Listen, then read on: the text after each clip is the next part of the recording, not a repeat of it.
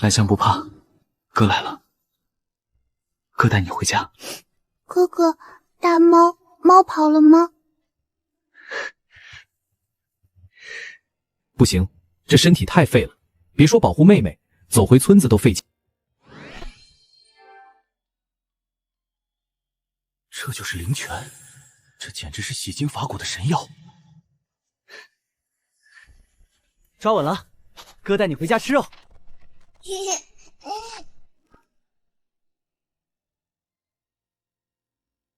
孩子爹，你慢着点儿，这腰不能乱动啊！我不动，孩子谁去接？兰香才8岁，这天黑了，雪这么大，要是遇到少平那孩子也是，平时闷不作声的，怎么还没把兰香领回来？爸妈，我带兰香回来了。你这孩子怎么才回来？吓死你娘了！爸，以前是我不懂事，我在山里遇到了个老猎户，学了2手，还捡了点好东西。爸，这是我在山里接的水，专治跌打损伤，你喝了它腰就好了。什么水？少平，你是不是在山里冻糊涂了？说胡话了，别信那些个没影的事儿。你爹这腰是老毛病了，得去县医院瞧。妈，县医院要钱，咱家有吗？爸，你就当它是口普通山泉水喝了，总比不喝强。你喝完我还有事要做。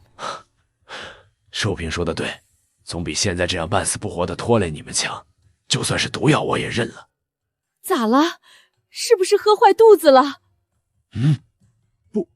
不疼了，那股劲儿没了，腰里热乎乎的，跟揣了个小火炉一样。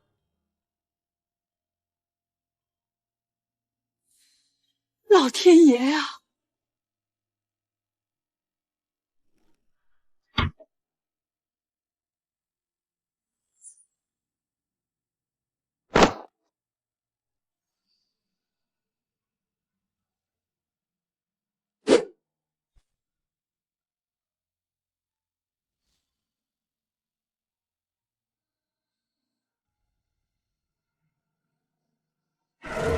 就这儿，进去看看。小点声，听说孙萍萍今天弄了好东西，今天必须弄到手。3位大半夜不睡觉来我家后院，是想给我家送年货吗？你个小兔崽子，没睡着正好，把你今天从山上弄来的好东西交出来，不然老子今天打断你的腿！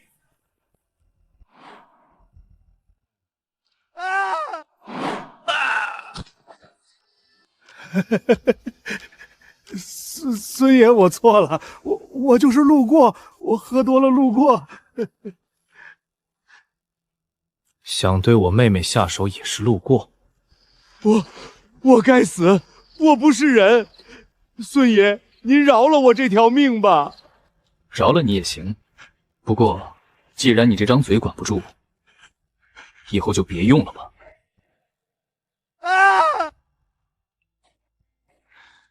少平，你这肉是哪儿来的？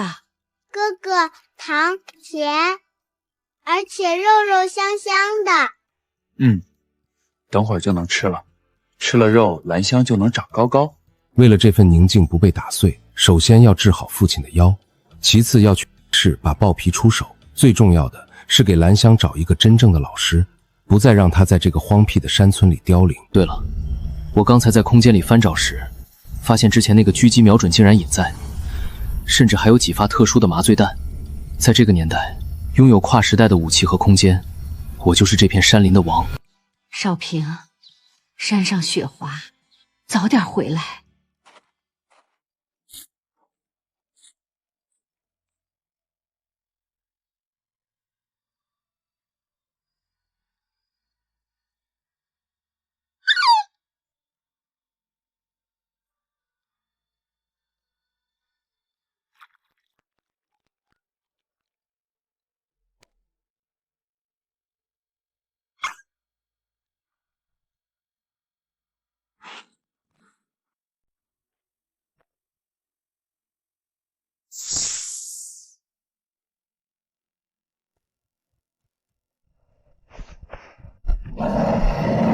要不要这么倒霉？巨蟒就算了，熊瞎子又是哪儿来的？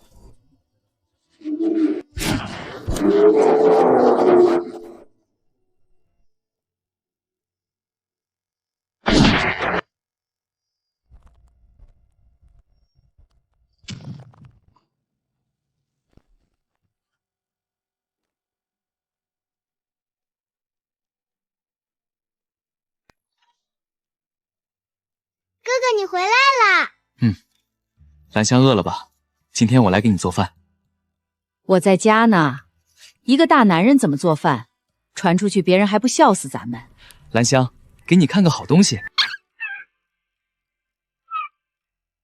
哇，哥哥，这是什么？这叫血壶，给你当玩伴呢。妈，我记得大队里是可以接炭的，只是第2年用工缝还上就行。大队不借给我们。没事儿，爸妈，我来想办法。咱们先吃饭。好香啊，兰香就多吃点。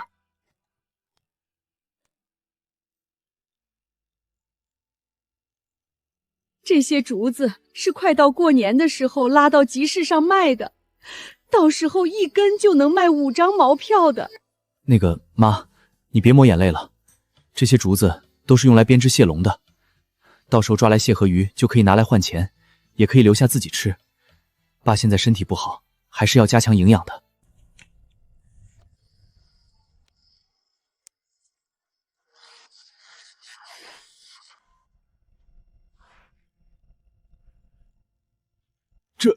这些蟹和鱼都是你昨天晚上下的蟹笼抓来的？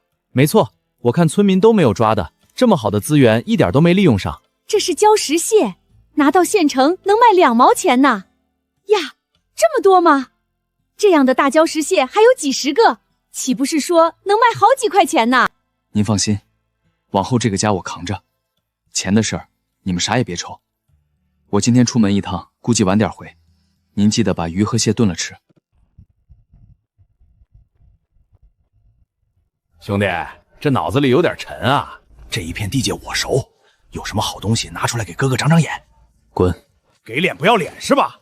今儿这篓子我看也得看，不看也得看，别是你小子从哪儿偷来的公家财物。爷，误会，我眼拙，冒犯了真神。3秒钟消失。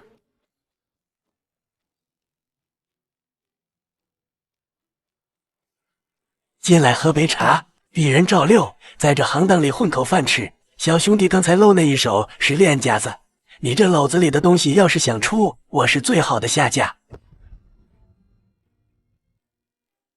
小兄弟，这东西你怎么来的？别问出处，只谈价钱，3000，外加自行车、缝纫旗票各1张。钱我要，票我也要，但我还要一样东西。你说？我要县里最好的骨科医生，带上药和一切跟我回一趟大清村，能办到吗？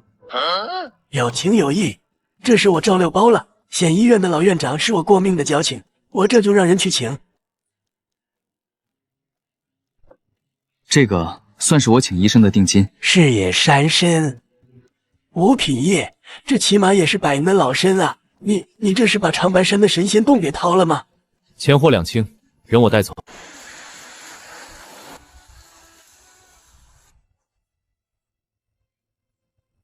小兄弟，家里出啥事儿了？看你急成这样。有人趁我不在欺负我家里人。小伙子，你这带刀干啥？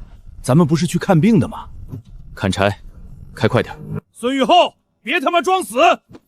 今天要是拿不出钱来，这房子我就给你扒了。王老虎，那钱明明只有50块，你怎么能说是500？你这是抢劫！利滚利，懂不懂？再说了，要怪就怪你那个短命鬼儿子，谁让他得罪了不该得罪的人？我看你也别挣扎了，钱还不上也行，把你家这丫头给我带走。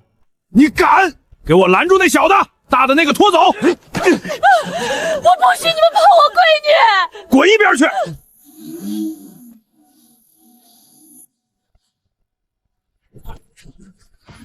我看谁敢动我孙家人一根手指头！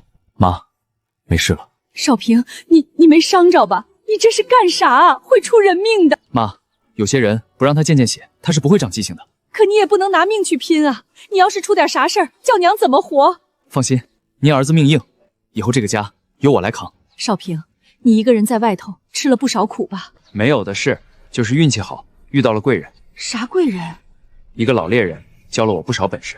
妈，您放心，以后咱家日子会越来越好的。好，妈信你。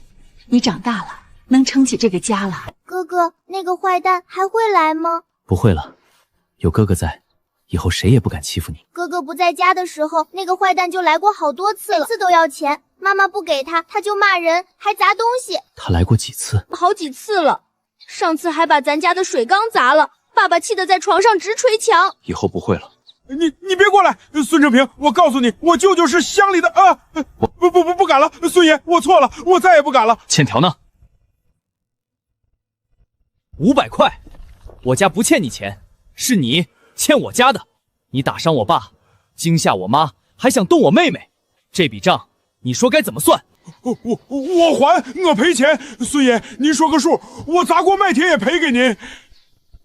吃了它，我让你吃了它！从今天起，谁再敢上我孙家门前说三道四，动我家人一根汗毛，王老虎就是你们的下场。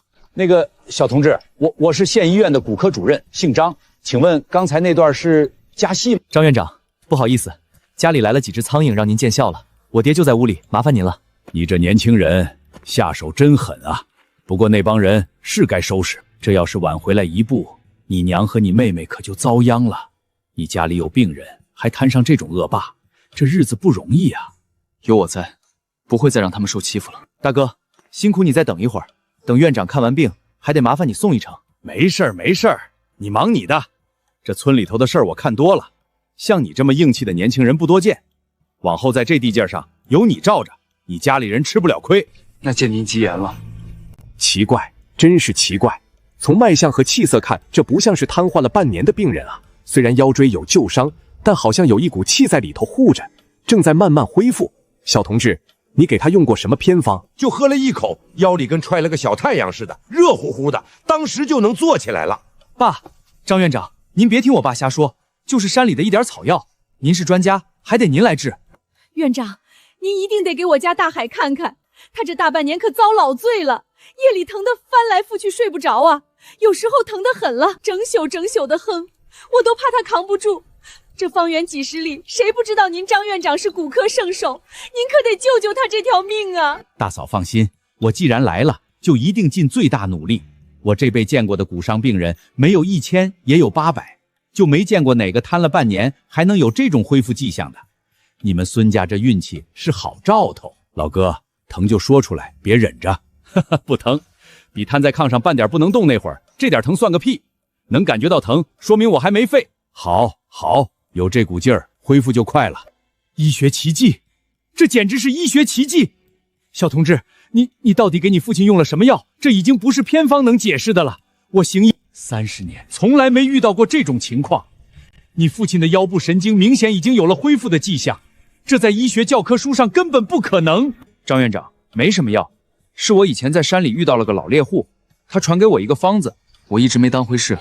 这次回来看着我爸这样，就把剩下最后那么一点全给他灌下去了。原来如此，高手在民间，古人诚不谦我啊。骨头错位和经络堵塞还需要慢慢调理，我今天先给他做个正骨复位，再开几副活血化瘀的方子，不出1个月下地走路不成问题。听见没有？院长说了，我能下地，我孙玉厚又能站起来了。翠兰，你哭啥？该笑啊！我这不是高兴吗？我们家总算是好了，咱家就有盼头了。哥哥，爸爸真的能走路了吗？真的能，到时候让他背着你满村跑。太好了，那爸爸背我，哥哥也背我。张院长，您大老远跑一趟，又是受惊吓，又是费心力，我们家也没什么好东西能谢您。这是我从山里挖的一点土产，您带回去泡酒也好，炖汤也罢，就当是我这个做晚辈的一点心意。六品叶，这太贵重了，我不能收。张院长，钱财是身外之物，人活着家在比什么都重要。不瞒您说，我今天请您来，除了给我爹看病，还有个不情之请。您也看到了，这房子4处漏风，眼看冬天越来越冷，我怕我爹和我妹扛不住，我想开春前把房子翻了，盖个结实的砖房。可我听说县砖瓦厂的红砖现在都得凭批条才能买。盖房是好事啊，缺钱？钱我有一些，但是我一个农村小子，没人没路子，批条不好弄。好小子，有魄力有孝心，我当是什么大事儿？那砖瓦厂的厂长是我老战友，我一句话的事儿，我让他给你送过来。个电话过去，他敢不给面子？你放心，别说一个批条，你要多少砖，我让他给你送多少砖。正好，我们医院后勤那辆解放卡车明天要去县里拉煤，我让他们先拐去砖瓦厂，给你把砖拉过来，省得你自己想办法运了。那就多谢张大哥了。哎，这就对了，小林，以后再有这种土产，别找赵六那只老狐狸了，直接来找我。孩儿他娘，你别按我，我真的感觉有劲儿了，不信你扶我试试。你给我老实躺着，院长说了要慢慢来，你想把刚长好的骨头又弄折了？妈，这是我卖了山货换的，来路干净。明天我就去找人把院墙修了，然后开始备料，咱们盖新房，盖全村最气派的红砖大瓦房。少卿，这钱真都拿去盖房？咱家一辈子也没见过这么多钱啊！妈，钱没了可以再赚，咱家住上暖和结实的大房子比什么都强。可你以后娶媳妇儿也得用钱啊。娶媳妇儿的事儿还早着呢，先把家里安顿好再说。听儿子的，咱孙家翻身了，就得让人看看。年前把房子立起来，咱也过个好年。爸，您少说两句，躺好了养伤要紧。您这腰可是咱家的顶梁柱，张院长说了，得慢慢养，别一激动又伤着了。没事儿，我感觉好多了。好，都听你的。你这孩子操心的事儿比你爹还多。我儿子那是随了我，能干。拉倒吧你，看了半年的人还好意思说？嘿，你这婆娘！哥哥，新房子会有不漏风的窗户吗？当然有，不但有不漏风的玻璃窗，我们还要铺上平平正正的水泥地，让你冬天在屋里跑再也不会弄一脚泥。我还要给你留一个最大最亮的房间，墙刷的白白的，再给你做一张谁都没见过的好看小床，就叫公主房。公主房？真的吗？那窗台上能摆花吗？能，摆一盆你最爱的野菊花。太好了！这是哥哥今天运气好碰上的，特意留给你。以后在新房子盖好之前，就让他先替哥哥给你暖暖手，好不好？哇，好漂亮的小白狗！这是狐狸，不是狗。不过你放心，它乖得很，不会咬人。狐狸不是会偷鸡吃吗？咱家的老母鸡咋办？这只不一样，它从小就在山里喝露水长大，不吃鸡，而且它特别聪明，能看家护院。真的吗？比我养的大黄还厉害。比大黄厉害多了。以后雪秋替你守着新房子，保管连一只老鼠都进不来。它蹭我了，哥哥你看，它蹭我了，它肯定也喜欢我。那是当然，因为你是它的小主人啊。少平，这狐狸能养吗？别把咱家的鸡给叼走了。妈，它吃不了多少，而且这小家伙有灵性，能看家。哥哥，它叫什么名字？它浑身雪白，就叫小白吧。小白，好土啊。那你说叫啥？叫雪球，它圆滚滚的，像个雪球。行，你说雪球就雪球。嘿，这玩意儿稀罕，咱家以后不光盖新房，还养上白狐了，这日子真跟做梦一样。可不是吗？我这辈子做梦都没想过，咱家还能住上砖房，还能养上这些稀罕玩意儿。妈，好日子还在后头呢。等新房子盖好了，我再给您买台缝纫机，再买个收音机让您听听戏。哎呦，缝纫机那玩意儿老贵了，咱可买不起。买得起，您儿子现在有这个本事。好，妈等着。咋了？底下有东西，硬得很，我这虎口都快震裂了。该不会是挖着石头了吧？不像，那声音听着就不对劲儿，跟敲在铁上似的。哇，小心点。这是啥玩意儿？我听我爷爷说过，咱孙家这块地往前倒180年前住的是个前清旗人老财主，后来跑关外去了，莫不是他埋下的？天老爷，那这罐子里装的是啥？这还用问？乱世藏金，盛世藏古董，这里头怕是了不得的东西啊！可别乱说。我爷爷在世的时候说过，那老财主跑路前雇了人在院子里挖了好几个大坑，埋了好几个大坛子，当时还有人看见了的，没准就是这些。那后来呢？后来挖出来没有？没有。后来兵荒马乱的，那老财主一走就再没回来过，这事儿就没人提了。谁能想到，这都100-800年了，还真让孙家窝挖出来了。我的个娘嘞！那这里头装的该不会是……别乱说，还没开呢，谁知道是啥？少平，我是不是刨出大麻烦了？没事儿，铁柱叔，你干活卖力才有这发现，是好事儿。真的是好事儿，我怕给你惹祸啊。放心，有我在。金子，是金条，挖到宝了！孙少平家挖到地主老财埋的金条了！快离远点儿！王二狗那是要把孙家往死里整啊！他这一嚷嚷，全村人都知道了，不交也得交。我们都看见了陶罐，万一被拉去审问，说我们同谋。少平，我不是故意的。铁柱说不怪你，可王二狗已经去喊人了，这要是村支书来了，少平，你看这事儿闹的，我昨晚就该多烧几炷香。铁柱叔，你怕什么？我能不怕吗？我们家老的老，小的小，我可不能进去啊！铁柱叔，把东西给我。少平，这罐子，给我。我看是哪位老祖宗藏的腌菜疙瘩吧？都别慌，这土腥味重的，我看8成是腌咸菜的老坛子。前清老财主能留下啥好东西？要是真有金条，早就带跑了，还能留到现在等着咱们挖？少卿，你确定？确定。你看这封口的蜡都发黑了，要是真金白银，哪会用这种方法？再说了，老财主跑关外那么远，不把值钱东西带上，埋地里干嘛？那不是傻吗？也有道理。那老财主要是真有钱，讨路肯定会带走的。可不是嘛！要是金子挖出来，肯定沉得很。你听这声音，咔嚓嚓嚓，就是石头嘛。对，我听着也像石头。孙少平，王二狗举报你挖出了地下的埋藏物，国家的政策你懂不懂？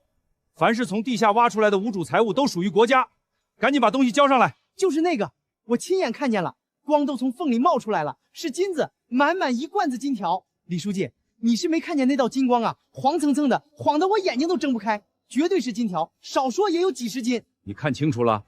看清楚了，1000个10000个清楚，那金光就在那裂缝里头亮闪闪的。我要是骗你，我是你孙子。李书记，我王二宝虽然平时不着调，可这种大事能乱说吗？真的是金条，你要相信我呀。王二狗，你那双眼睛什么时候好使过？这次真的没看错。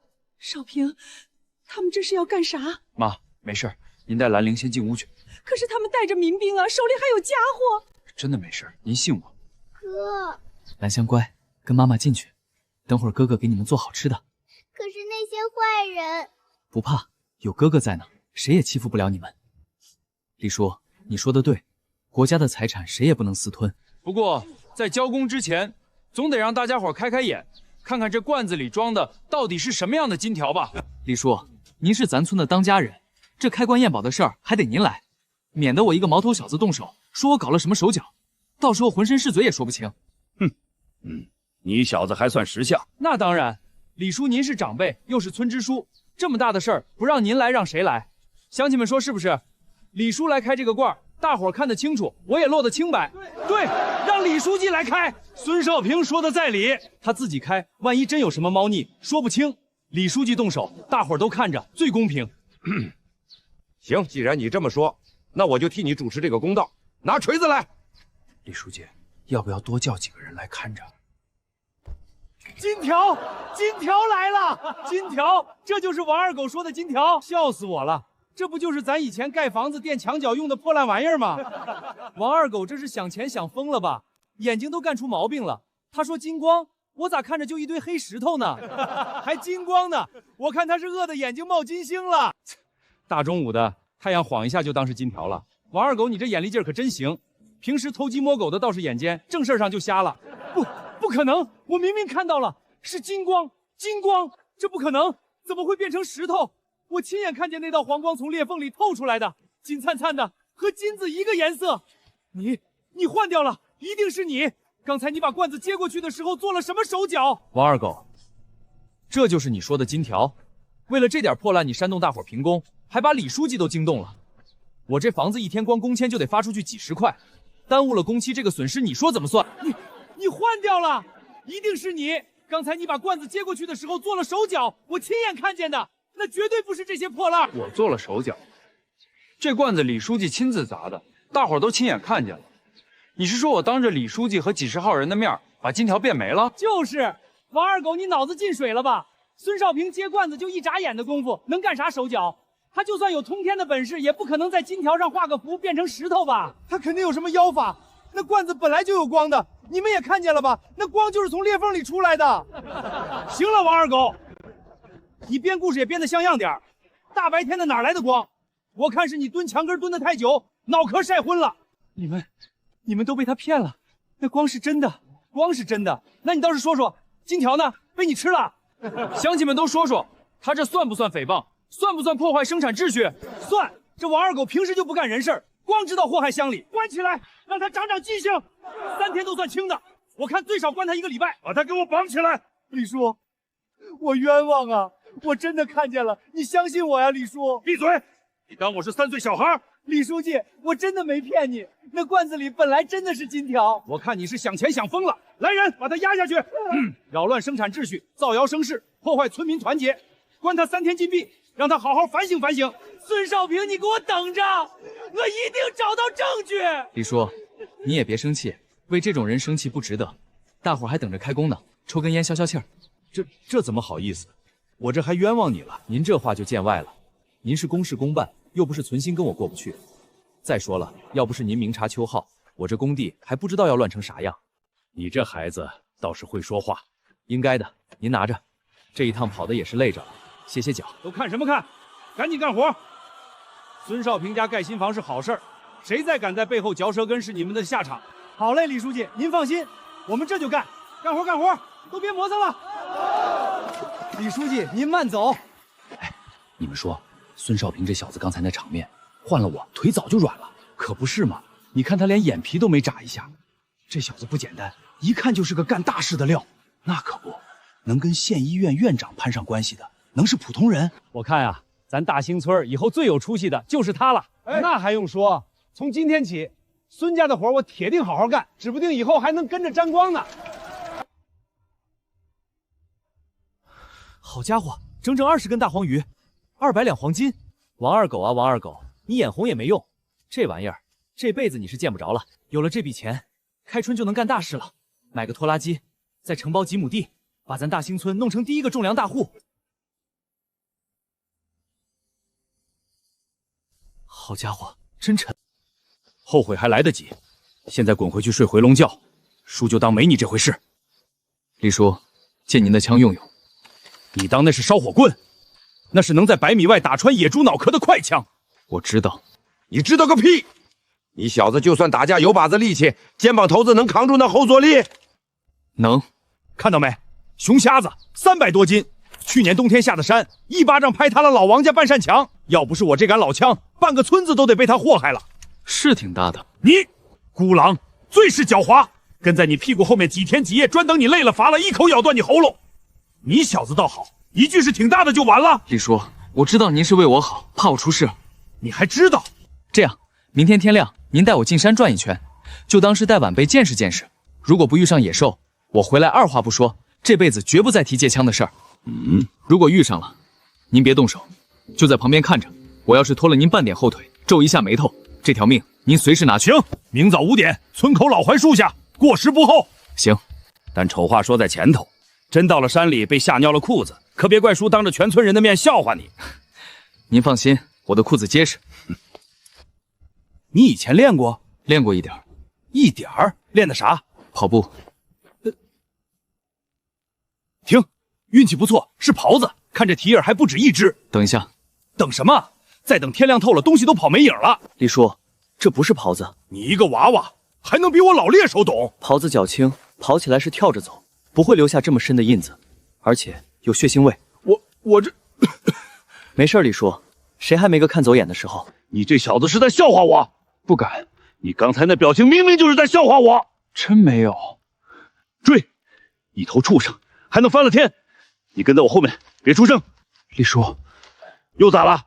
枪的保险还关着。我说少平，你咋啥都知道？你爹教你的？我爹就会种地。那你这本事哪儿学的？书上看的。书上？哪本书教你看蹄儿认野猪？10万个为什么？你小子嘴里就没一句实话。李叔，您走那么快干啥？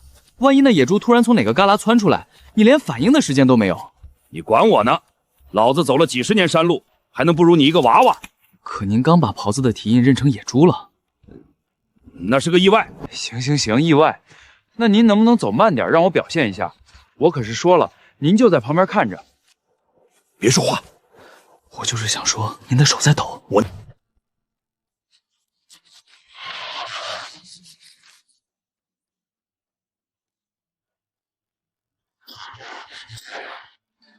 你以前到底是干啥的？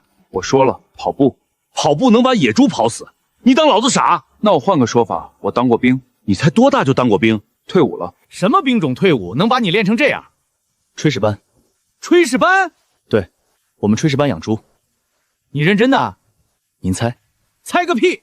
炊事班养猪能把猪要你一刀捅死它，你小子鬼话连篇。李叔，您别管我哪儿学的，反正野猪是死了，您就说这肉香不香吧？香？不对，这不是香不香的问题。你小子今天不跟我说实话，这肉老子吃不下。那您就别吃了，我扛回去自个儿吃。你敢？这猪我也有份儿。您有啥份儿？您不是就在旁边看着吗？我那是给你压阵，我站那儿就是气势，那叫威慑力。行，威慑力。那等会儿您帮忙抬下山，分您一条野猪腿。3条，1条，2条，不能再少了。1条半，成交。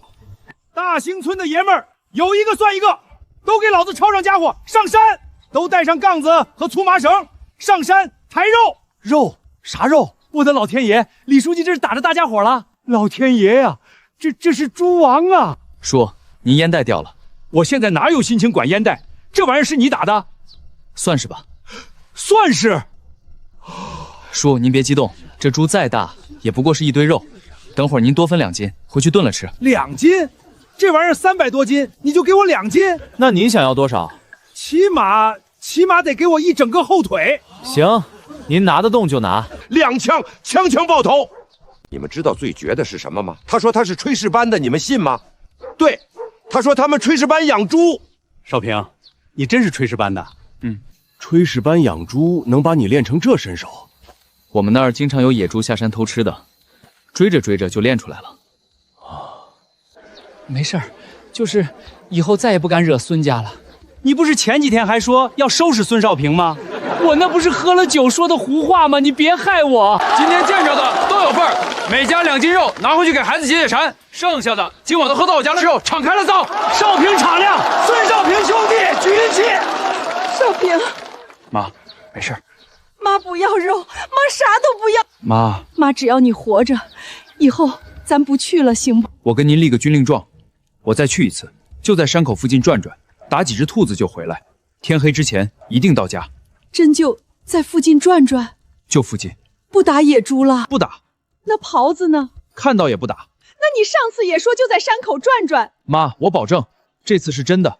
你拿啥保证？我拿我那杆猎枪保证，要是骗您，我就把枪还给李叔。那枪是李长贵的，你还不还跟他有啥关系？妈，您咋变聪明了？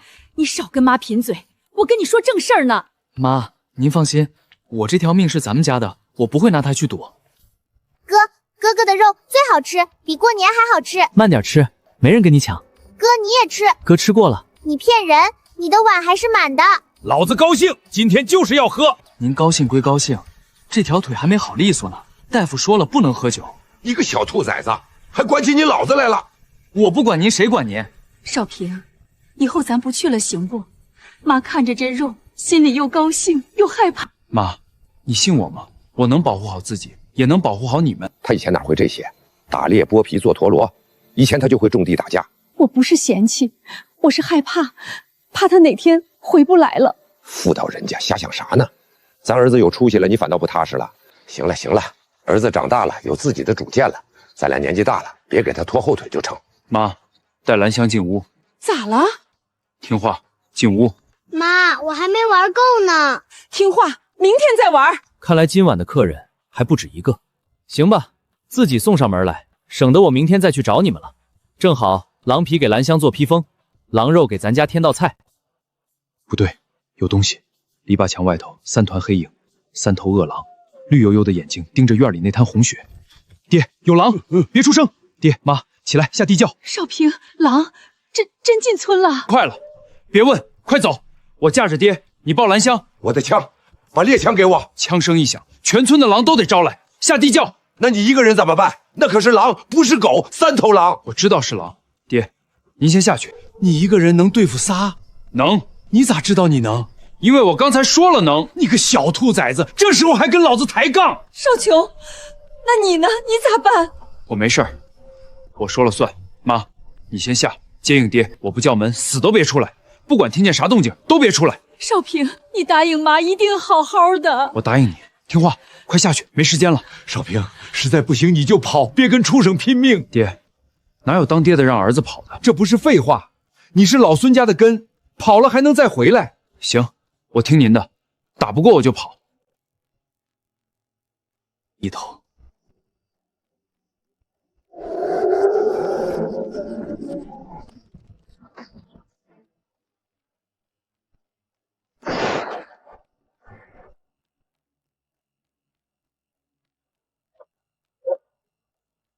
还有一头活着的，行吧，回去报个信儿也好。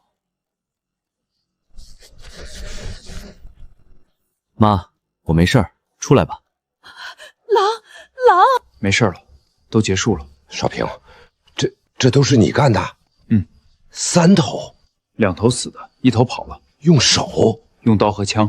你还真不客气。我跟畜生客气什么？哥，我怕。傻丫头，怕啥？2张狼皮，回头给兰香缝个披风，冬天穿上雪地里打滚都不怕冷。那狼还会跑进来吗？不会了，跑掉那只已经吓破胆了，它不敢再来了。你个小兔崽子，胆子是铁打的吗？单手举枪一击毙命，你啥时候练的这手？之前练过。啥时候练的？我怎么不知道？您睡着的时候。你放屁！爹，这事儿没完，今晚来了3头，明天就可能来一群，咱家这院墙得重新垒。少平，明天我就进山找硬木和石头回来。不行，今晚上刚出了这事儿，你还敢进山？妈，咱家这院墙跟纸糊的一样，你不想再经历一次昨晚上这种事儿吧？要是不去找些硬木和片石把墙垒起来，这日子谁睡得安稳？都听你的，都听你的。那我也去。爹，您腿脚不方便，在家待着。我在家能干啥？看着兰香。看兰香是你妈的事儿。那我妈跟我进山，您一个人看家。你小子这是把我当废物了？不是废物，是重要后勤。哥，那狼皮披风真的不咬人吗？傻丫头，死都死了还怎么咬人？它以后就负责给你暖身子了。那它暖和吗？暖和，比棉袄还暖和。回头哥哥给你做件带帽子的，冬天上学路上风吹不透。那哥你要早点回来，我在家等你。知道了，小管家婆。少平，你别惯着他。我妹妹我不惯谁惯。爹，您先去睡吧，我和妈把面发生的事情处理完。我也留下来帮忙吧，你一个人也忙不过来。不行，您腿脚不方便，还是去休息吧。那好吧，我先去睡了。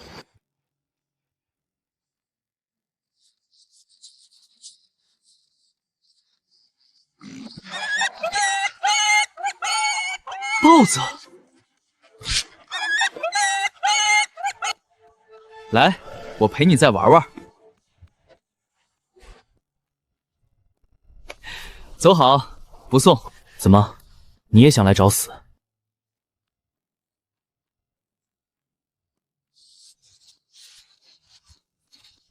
我靠，还真能治。行吧，既然你赖上我了，那就跟我回去。不过我先把话说在前头，我家的日子不算好过，1天3顿稀的。你要是嫌肉少，趁早走。别到时候饿了肚子，把我家老母鸡给吞了，那我妈非打断我的腿不可。你倒是挺会来事儿，不过我也得跟你说清楚，回去以后老实点，别在村里乱窜。我可不想天天给人赔母鸡钱，听见没？他婶子，你看那是啥？孙家那小子拖着小牛犊似的野猪，身后跟着一只花皮子。儿啊，快跑！你后面有花皮子！少平，你快跑啊！这玩意儿吃人的。妈，起来吧，地上凉，别怕，这玩意儿不咬人。花皮子，它不咬人，你骗谁呢？那玩意儿连老虎都敢咬。妈，你看他的眼神，像要吃人吗？这玩意儿是中邪了？不是中邪，是被我打服了。你打的？你一个人打的？算是吧，他跟野猪打架受了伤，我顺手救了他一把，他就赖上我了。救豹子，你咋不顺手把他打死？那肉不比野猪肉香？妈，您这思路转的也太快了，刚才还怕他吃了咱们，现在就开始惦记他的肉了。我这不是穷怕了吗？哥，好大的猫啊，这也是你抓回来的吗？兰香，你回来！这他娘的做梦呢！爹，不是梦。少平，这东西是豹子吧？金钱豹。我知道它是金钱豹，我是说它为啥不吃人？因为它不想吃人。豹子还有不想吃人的？这只就不想。我这辈子打了一辈子光棍儿，儿子倒是比我有出息，连豹子都敢往家领。妈，你别怕，以后咱家不用盖太高墙了，有他在，别说狼，就是熊瞎子来了也得掂量掂量。那他吃啥？吃肉，咱家不是刚打了野猪吗？够他吃一阵子的。那野猪肉是给咱家人吃的。妈，有他在，以后想吃多少肉都有。他帮咱们看家护院，值这个价。少平，那2头猪也是你打的？力气大了点，技巧还行，就弄回来了。技巧还行？你管一刀捅穿野猪后颈叫技巧还行？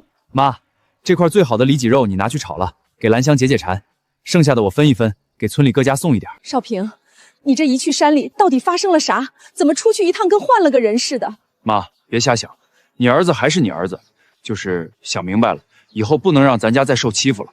看见没？孙家那丫头都敢摸花皮子脑袋！我的天爷，孙小平这是成仙了，一个人打2头野猪，还带回来1头豹子。以后谁还敢惹孙家，怕不是活腻歪了。各家各户，谁家想尝个鲜，过来拿一份野猪肉，就当我昨晚放枪炒了大家，赔个不是。少平，在前多穿点，山里风硬。妈，别老往屋顶上看，它又不咬你。我知道它不咬，但那是花皮子啊，那么大一只。你走了就留我跟你爹兰香跟他待1天，我这心……妈，你别怕，就是看看，他比你看看就行，别伸手。不伸手，绝对不伸手。有了这家伙，大兴村的门神是活的了，而且他会吃人。少平，肉卖出去了，全出了，价钱还不错。那么容易就卖了？黑市上那些人不坑人？他们也得有那个胆儿。修，明天就找人动工，把墙垒高点，垒厚点，墙头上插满碎瓦片和荆棘条。有这花皮子在，加上新墙，大兴村敢找咱家麻烦的人，恐怕得掂量掂量了。嘿嘿，哥，我给他起好名字了，叫花金子，好不好听？花金子，行，你说了算，他以后就是咱们家的一份子了。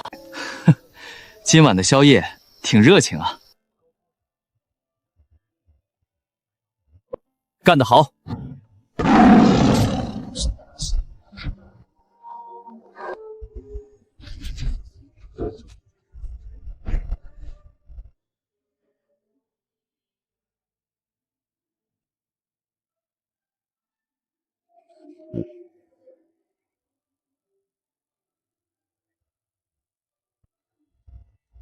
走吧，回家。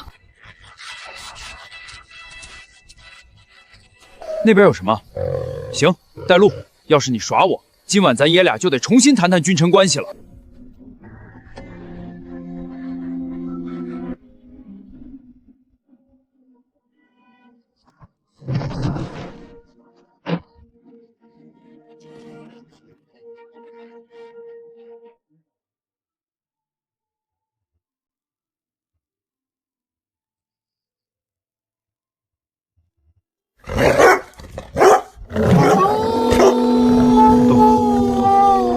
谁呀？妈，是我。妈，醒醒！妈，少平，快跑！院子里有怪物！妈，没事，手。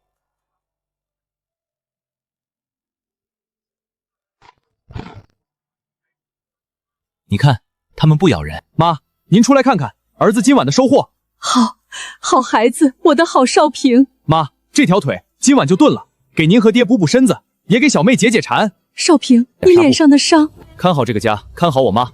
天亮之前，除了我，谁敢硬闯这个院子，咬断她的腿。哟，这不是孙家少平吗？大半夜的提着啥好东西，这么香？哥几个大半夜饿得慌，兄弟，见者有份儿，分哥们一口呗。他娘的，这小子是去山里杀人放火了？谁呀？大半夜的奔丧呢？三爷，是我孙少平。你小子，你进了鬼地，你碰上了那窝灰家仙儿，能带着这身杀气回来，你是把那一带的狼崽子给平了。好酒，肉是好肉，酒是好酒。既然你把那一窝灰家仙都给端了，那你有没有在鬼地那片白桦林后面看见那个吃人的洞？叔，你这是喝多了说胡话呢。山里头哪有吃人的洞？最多也就是些熊瞎子窝。小子，你别跟我装糊涂，能从鬼地里活着出来，还能把那窝灰家仙给平了，你身上这股子煞气骗不了我这种在山里滚了一辈子的老家伙。你肯定看见了什么，对不对？叔，不瞒你说，我确实是远远瞅了一眼，就在那片白桦林的后面，有个黑黢黢的山洞口，离着老远都觉得往外冒寒气。我当时刚跟狼崽子干完一架，身上有伤，看着那地方心里发毛，就没敢靠近。说那地方到底有啥说法？那还是30多年前的事儿了。有一天，村里突然来了好几辆吉普车，下来一帮穿着干部服的人，还带着几个挎着枪的兵。那是一支国家派来的地质勘探队，说是要进山找矿。在咱们这穷山沟里找矿？谁说不是嘛？那帮人仗着人多枪好，硬是自己闯了进去。结果呢，就像一滴水掉进了大河里，连个泡都没冒，人就这么没了，一个都没回来，一个都没。10天后，上面派人来找，发动了附近好几个村子的人，在山里搜了半个多月，最后也就在鬼地的谷口捡到了一只手。一只手？对，一只被啃得只剩下骨头茬子的断手。从那以后，鬼地那个地方就更邪乎了。村里的老人都说，那山里有守护神兽，叫白山神，长得像狼又像虎，专门吃闯进他地盘的外来人。我的乖乖，这么邪乎，连发的快枪都顶不住。所以我才问你小子看见什么了。你要是真撞见了那个洞，可千万别好奇往里钻，那地方邪门的很。我是为你好。叔，你放心，我心里有数。叔，你放心，白给我一座金山我都不去，我家里老娘还等着我养活呢，我可不想把命搭在那种地方。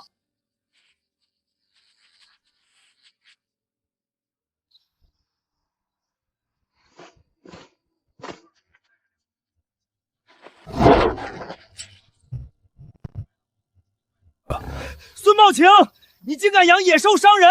半夜3更手持利刃翻墙入室，这叫什么？入室抢劫！村长救我呀！孙少平他疯了，他养野兽吃人！孙少平，你赶紧让你家的畜生让开！这像什么话？王叔，你们只看到我家的狗咬了人，那他们半夜翻墙带着砍刀想干什么？哎，你俩说说，大半夜的翻我家的江墙是来拜年的？少平哥，我们是喝了点酒，走错了。走错了？走错门还带这玩意儿？你俩喝酒喝到猪脑子里去了？不是，是二狗子说你家今天进了好多肉，让我们来借点儿。借？带着刀来借肉？你们这借法够新鲜啊！王叔，我没去公社报官，是因为我家有护院的。怎么还要我给贼赔礼道歉？今天是我的护院嘴下留情，以后谁再敢踏进我家院子，小心咬断了喉咙。到时候别怪我孙平平没提醒过。孙少平，你惹上麻烦了。公社刚下的通知，县武章部要组织一支敢死队进山剿狼。你这打狼英雄的名头，怕是想躲也躲不掉了。让我去可以，但我的命我自己做主。进了山，谁也别想对我指手画脚。啥玩意儿？听他瞎指挥，怕是咋死的都不知道。就是一个嘴上没毛的黄口小儿来教训咱们。孙少平，你带一头畜生来干什么？王建国，立刻给我毙了他！小白，别这么大火气，吓着赵指导员了。人家城里来的，没见过世面，胆子小。立规矩，今天我先给你们上一课，什么叫枪法。孙英雄，一定枪法很厉害吧？来，露两手让我们开开眼。别告诉我，你这位打狼英雄连枪都不会端。赵指导员，你管这叫枪法？你说什么？你用这么好的枪打100米外的死靶子，不是应该的吗？进了山，闻到血腥味儿，你手还端得稳枪吗？你知道什么叫弹道下坠吗？你知道狼在扑过来的时候该打哪个位置吗？你打过活的狼吗？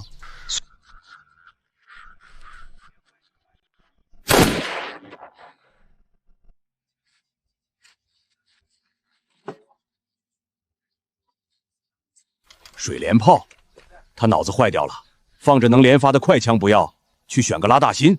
你们手里的冲锋枪打在狼身上就是个小窟窿，运气不好，一梭子30发打光了，那畜户还能回头咬断你的脖子。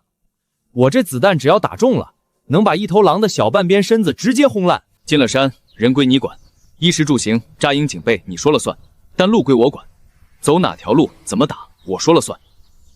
好。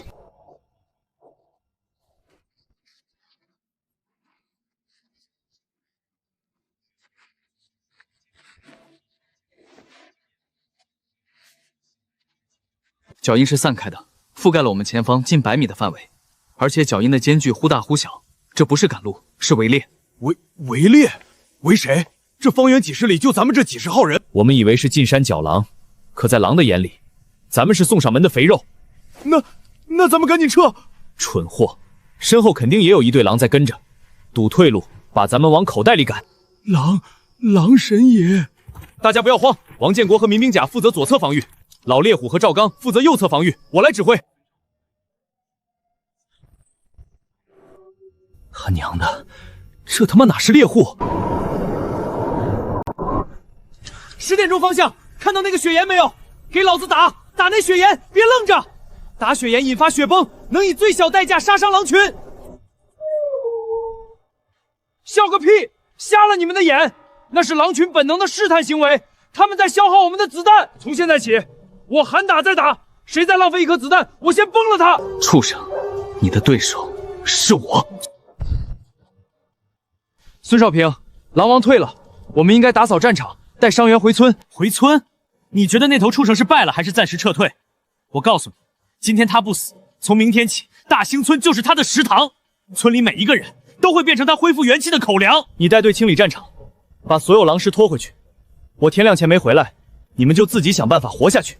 跟上，我们去收寨。孙少平拿命给我们拖出来的时间，你们想夹着尾巴溜了？今天谁敢动，老子第一个毙了他！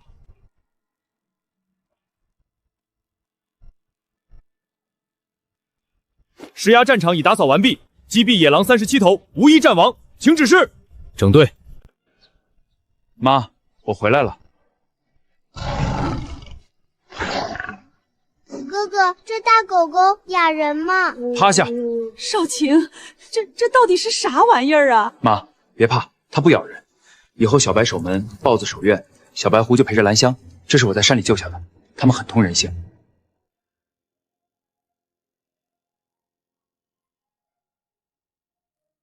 成精了，这是。以后小白守门，豹子守院，他就陪着兰香。少平，咱家这是开动物园了还是修仙了？爸，把这个喝了，这是我在山里找到的灵泉水，能治你的腰椎病。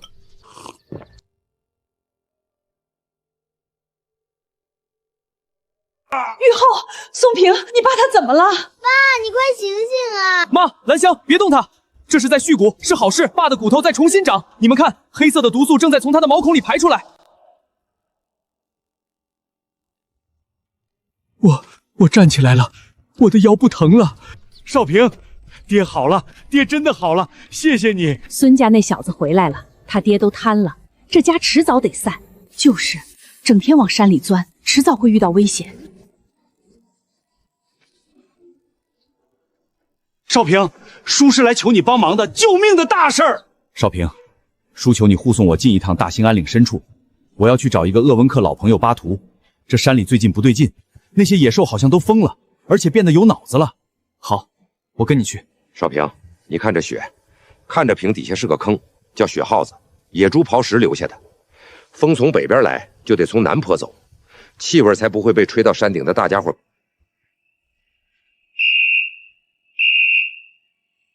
瞧见没？棒打狍子瓢腰鱼，老祖宗传下来的手艺，山神也赏饭吃。快走，推土机来了！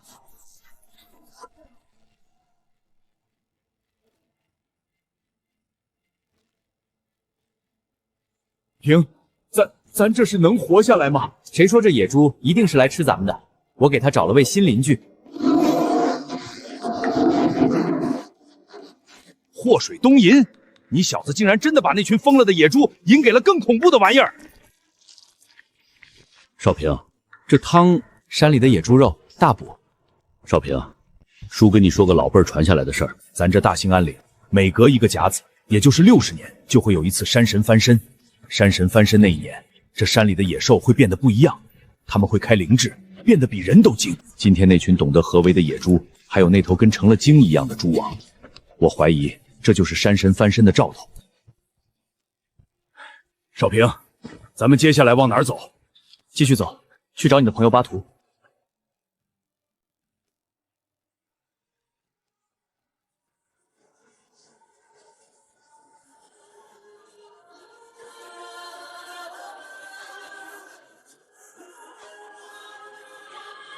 顺着脚印翻过前面那道岭，就是鄂温克人的地界了。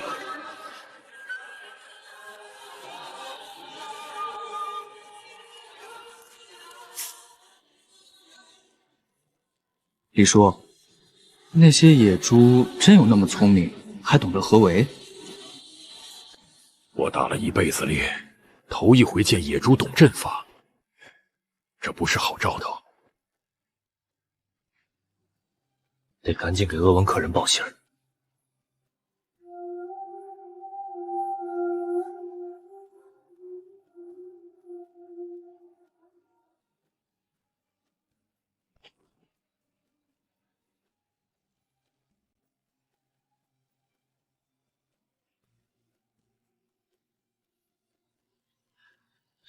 这畜生一巴掌能拍碎一头野猪的脊梁骨，这爪印比熊掌大一圈，不是普通黑匣子。转过前面那个山坳就到了。鄂温克人跟山林打了几百年交道，不会不知道这事儿。李叔，到了营地你来说话，我先听情况。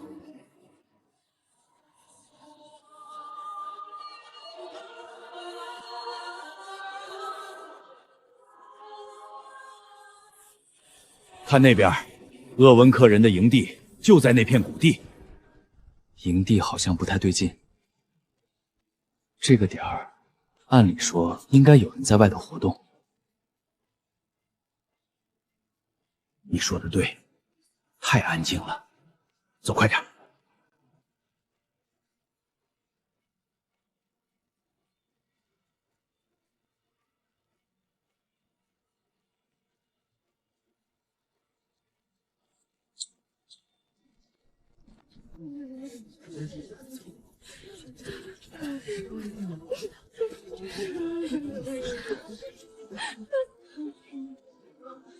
你们来的正好，巴图族长打猎还没回来，黑熊又伤人了。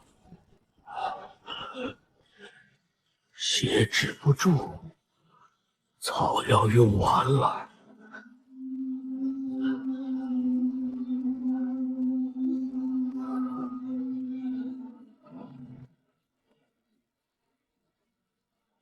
让我看看。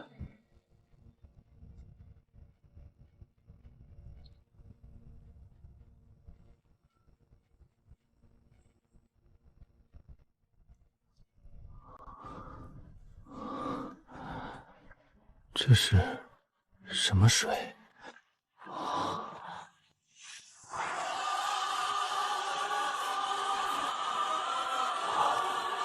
这水能活死人肉白骨。山泉水，只不过有点特殊功效。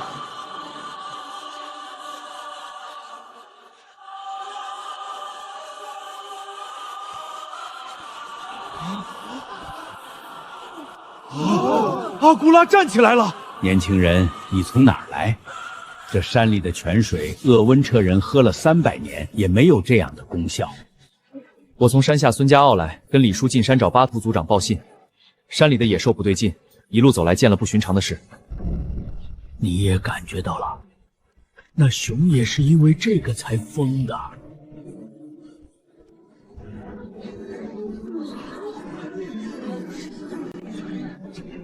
3天前在鬼剑坑山谷那边碰上的，那熊站起来，2人高，一巴掌拍断了碗口粗的松树。这不是野兽的本能，是算计。这畜生知道往哪里打最致命。那畜生还会绕陷阱。上次我们在山谷里下了3处套索，他一个都没踩，一个一个在旁边绕过去。绕过去了？有没有碰倒树枝，或者留下自己的脚印在陷阱旁边？这么一说，还真有。跟人留记号使。他在学习，每一次跟人交手，他都在记我们的战术。一头熊学人的战术。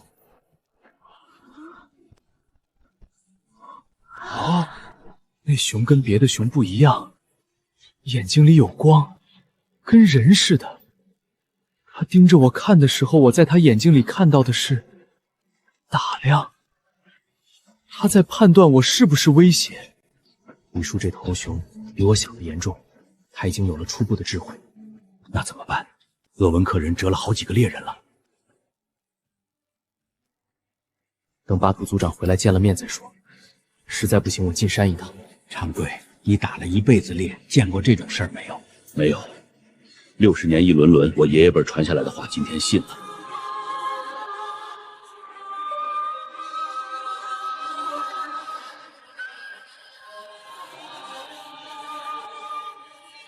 既然重活一世，我还怕一头熊？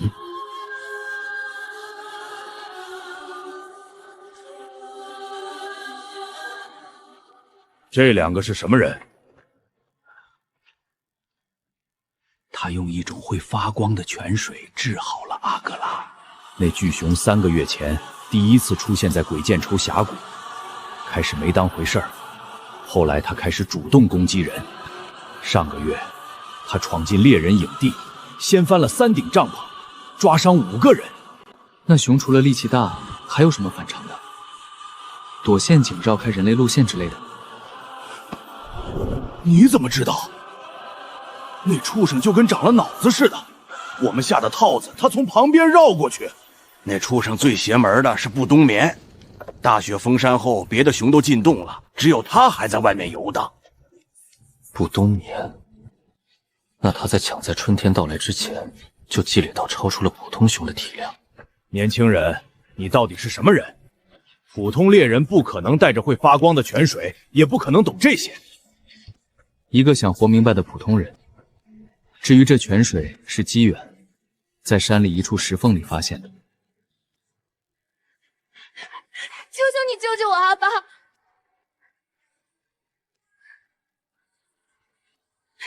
求求你救救我阿爸！阿爸去追那熊3天了还没回来。你先起来，有话好好说。我和李叔这趟进山本来就是来帮忙的。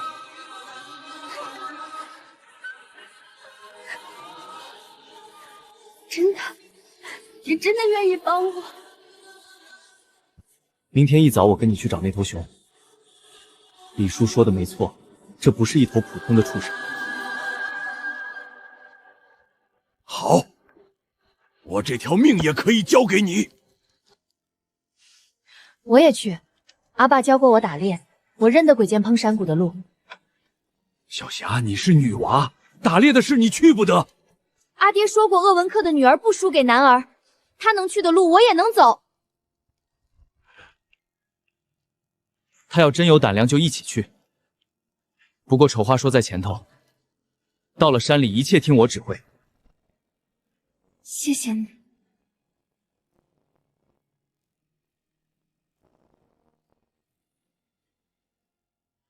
先去休息吧，明天天不亮就出发，养足精神。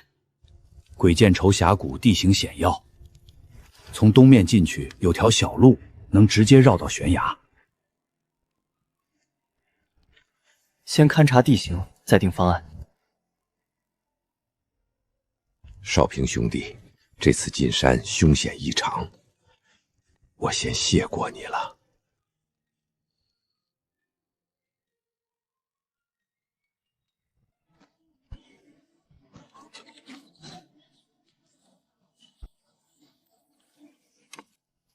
少平进了峡谷，千万小心那畜生。我在山下等你们，要是3天没出来，我就下山叫人。放心吧，李叔，我这命硬着呢。保佑佑武士平安归来。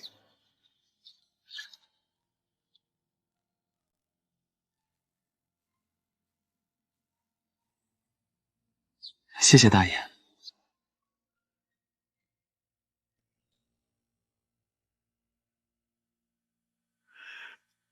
保佑，愿你们平安归来。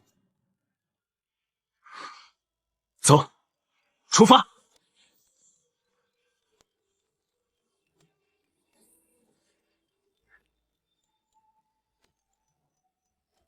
你当过兵，怪不得观察那么仔细。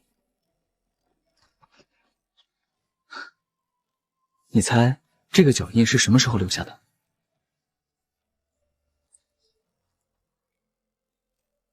边缘还没坍塌，里面落叶只积了薄薄一层，应该是今早踩的。学得挺快，你阿爸教得好，底子不错。这是做什么？肉还能闻出好坏来？灵泉水对人能救命，对野兽就是最香的味道。他闻了忍不住。你这陷阱布的有讲究，比我们鄂温克人老辈传的还精细。这畜生有了灵智，就喜欢走回头路。把诱饵放这里，天黑前他来检查，我们包他的后路。他会来吗？会来的。灵泉水的味道，他闻了就一定来。老妈，先对付一下，等天亮了动起来就好了。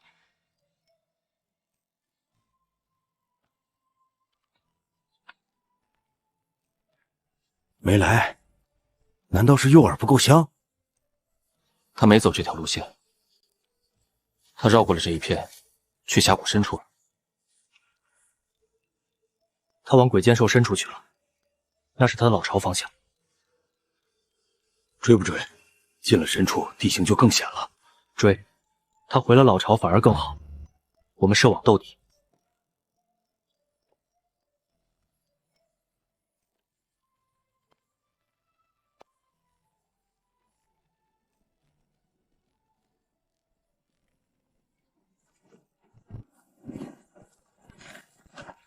进了这道口子，就是那畜生的地盘了。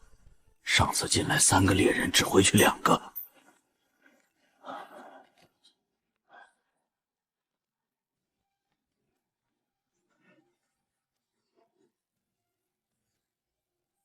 脚印是新的，今早踩的，他就在这附近。他在划地盘。这畜生把整个峡谷都当成他的窝了。他在宣示主权，整片都是他的，那说明老巢也安在这附近了。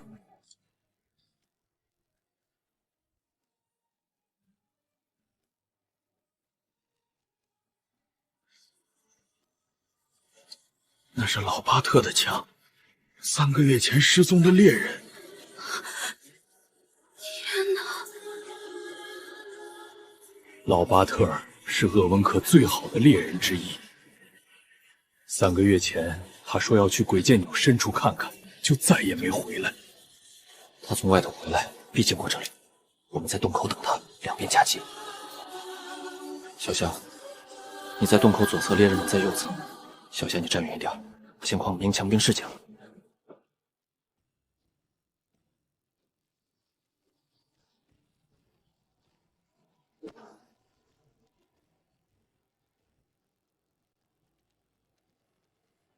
他看到陷阱了，他在观察。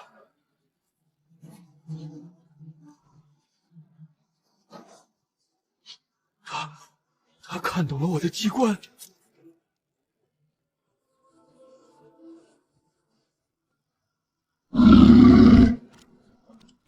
害我！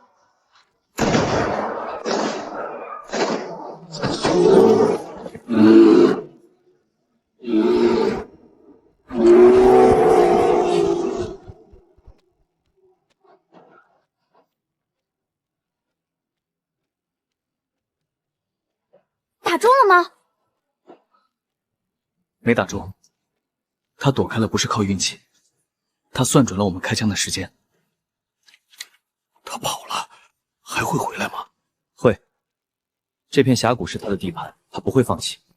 他有伤在肩膀，虽然是擦伤，但流血了。跟着血迹追，一定能找到他的巢穴。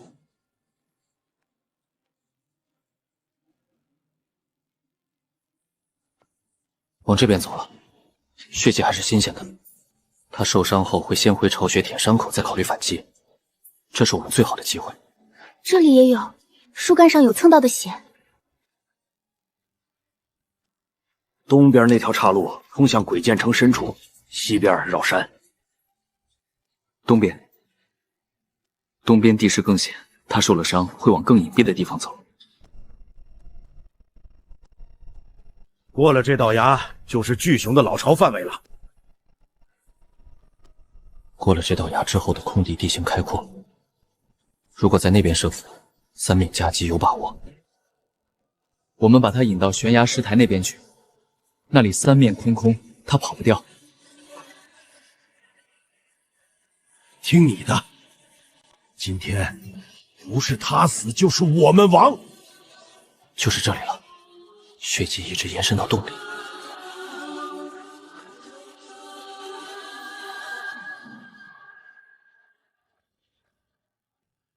他在里面，在舔伤口。他出来的时候踩中这个套索，就能拖住他几秒钟。好了，我们退到远处等他出来。他会出来吗？会，他闻到了我们的味道，在门口，他会出来确认。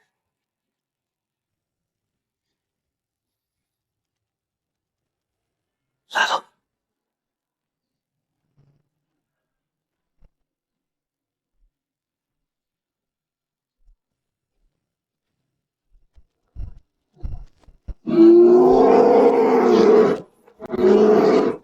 打！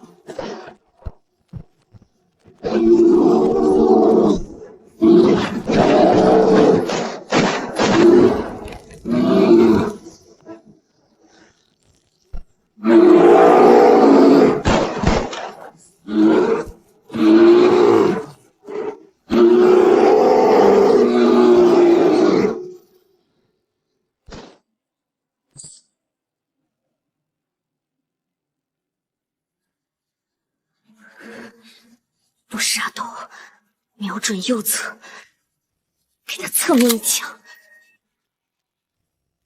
花儿，你绕到他东面，用弓箭不用猎枪，箭上沾灵泉水。收到。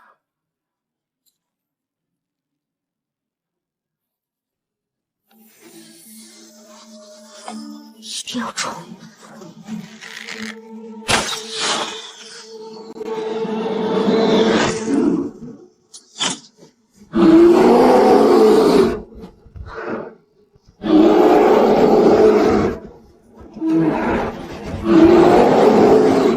有效，继续用剑。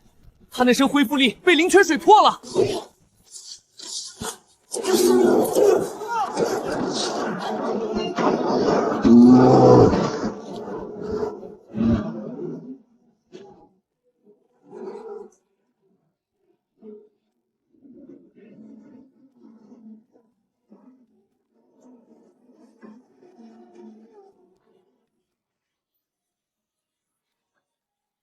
这洞不是他挖的，是以前就有的。这是祖辈传下来的。这么说，老萨满说的是真的。这头熊就是那只守护兽，所以这畜生不只是个头大，他是被选中的。少平兄弟，这已经不是猎熊了。不管他是谁怎么来，伤了人就得被除，这是规矩。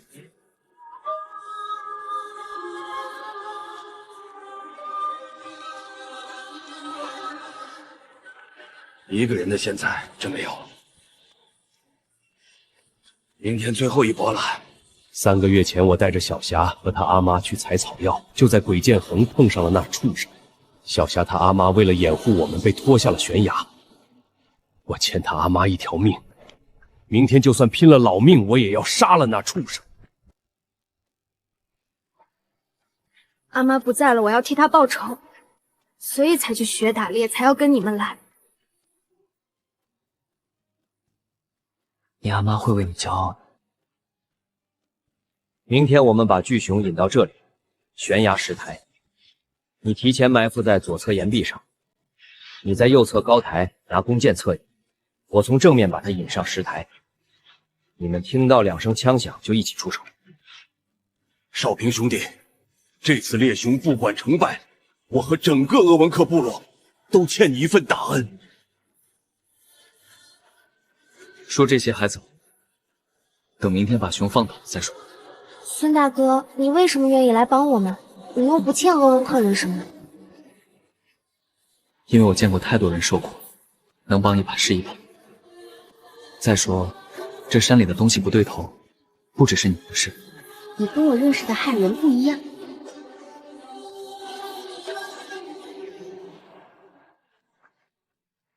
人跟人其实没有太大区别。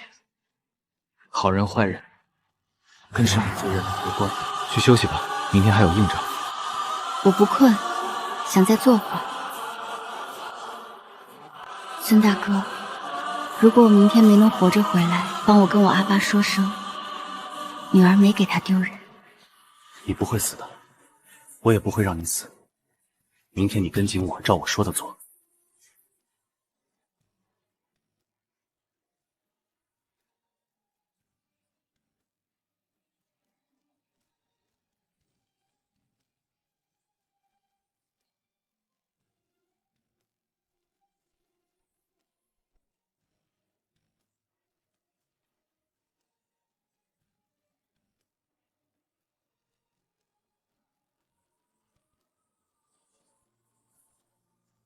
走吧，该做个了断。按昨晚说的，我正面引他到石台左侧的悬崖边。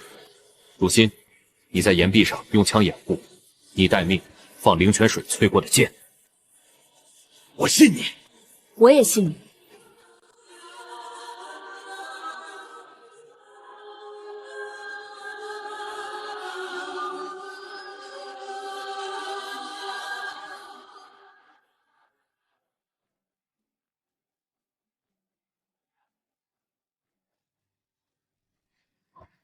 你藏到左上方那块突出的岩石后面，那里视野最好。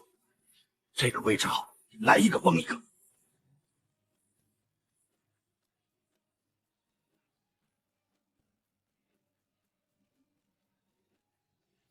都就位了，现在等他来。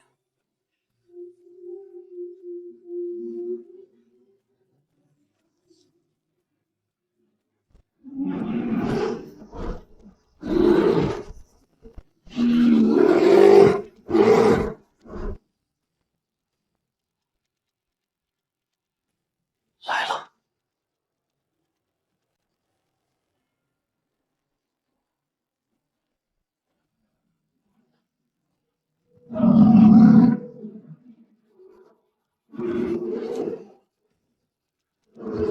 来啊，你不是会算计吗？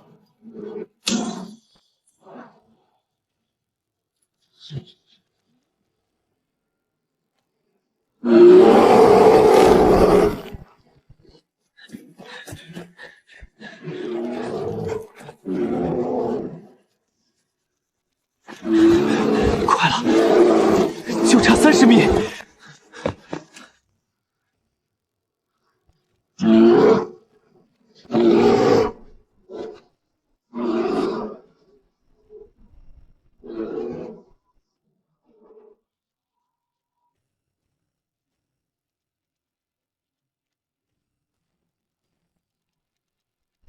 来呀，畜生，看我这儿！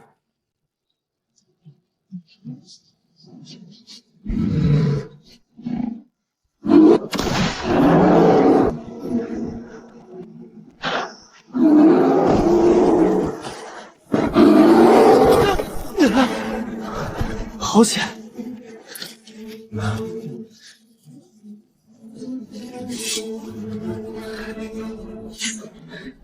没子弹了，那就来硬的！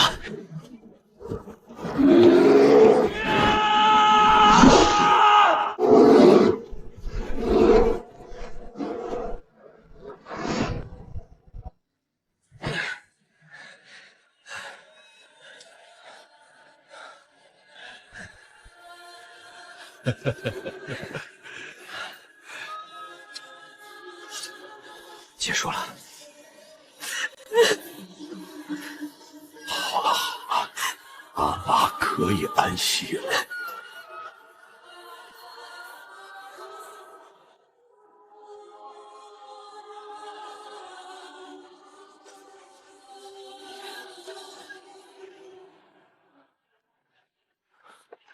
回去之后先把伤口处理一下，灵泉水还能用几天。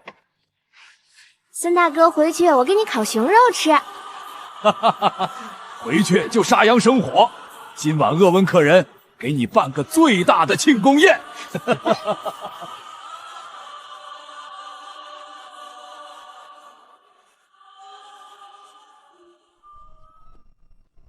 少平，少平，你们回来了。没事吧？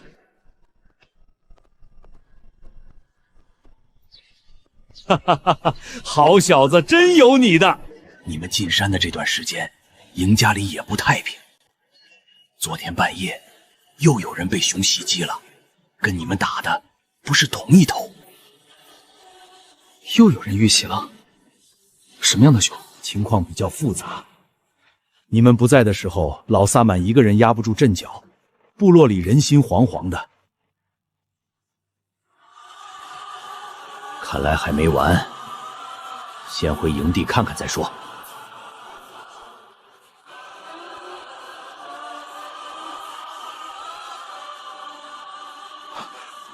不太对劲，走快点！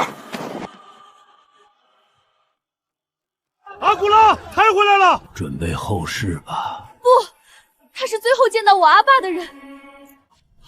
山神爷显灵了！熊，好大的熊！巴图大哥把他引去鬼见愁了。我去猎熊，你父亲对我有恩。我跟你去，只有我认识去鬼见愁的路。我给你当牛做马，这条命都是你的，只要你救我阿爸。起来，10分钟。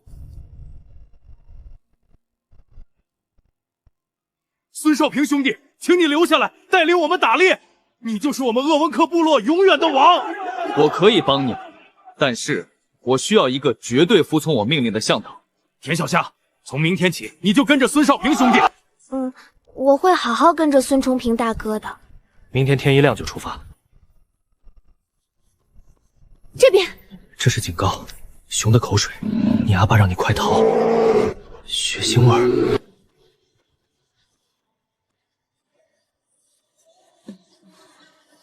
一击毙命，力量至少2吨。阿爸，这里有危险！别怕，跟紧我，慢慢后退。小霞，快走！你是山神爷派来的。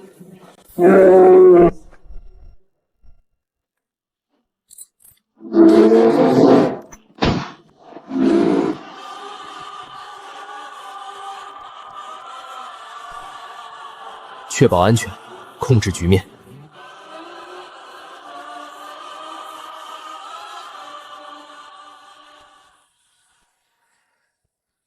叔，坐稳了。少平，这丫头是不是看上你了？叔，别开玩笑了，好好看路。啧啧，这要是带回屯子，老家可就热闹了。这少数民族媳妇儿，这可是头一份儿。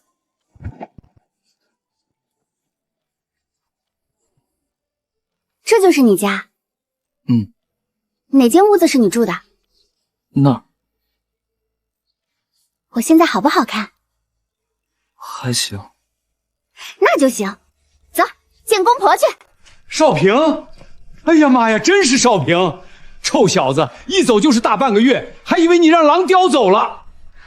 回来就好，回来就好。瘦了，黑了。叔，婶子，过年好啊！少平，这咋回事？出去打个猎，咋还领回个大姑娘？她是田小霞，鄂温克族的。路远，跟我回来认认门。哎呀，快进屋，快进屋，外面冷，别冻坏了。孙少平，你家养老虎？是豹子，那是金子，看家护院的。那是小白狐，陪兰香玩的。看家护院。闺女，快上炕暖和暖和，这一路冻坏了吧？少平，你家这炕真热乎。热乎就多住几天。那我不走了。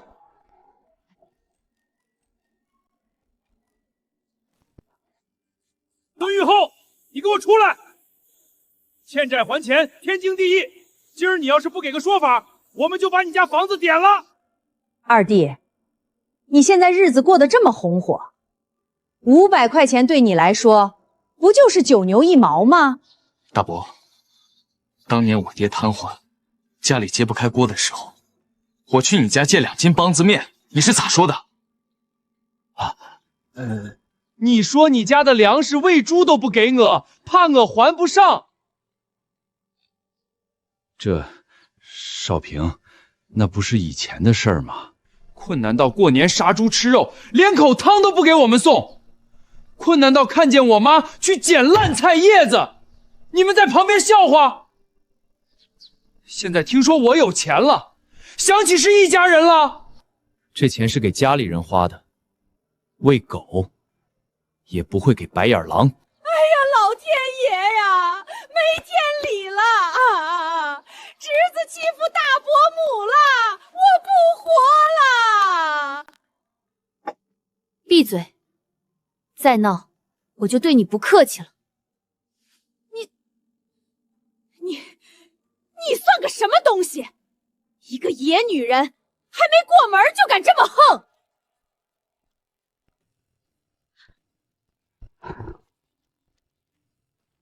这是我家养的猫和狗，脾气不太好，最烦别人大呼小叫。我不敢了，求求你们放过我！脏死了！少平，把他们赶出去吧。大伯，还要钱吗？不要了，不要了，不要！那还不滚！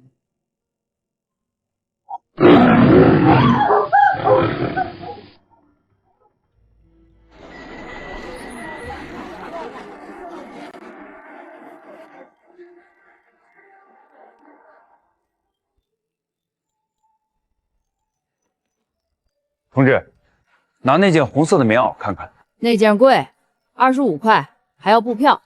那边有处理的蓝大褂，便宜。怎么，怕我们给不起钱？把那件红色外套还有军绿色呢子大衣都取下来，我妹妹要试穿。好嘞，马上给您拿。这衣服太紧了，勒得慌，拉不开弓。你进城又不用拉弓，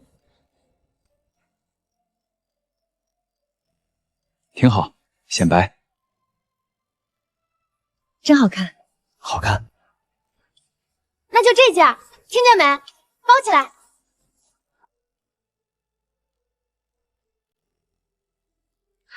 什么破东西，根本夹不住。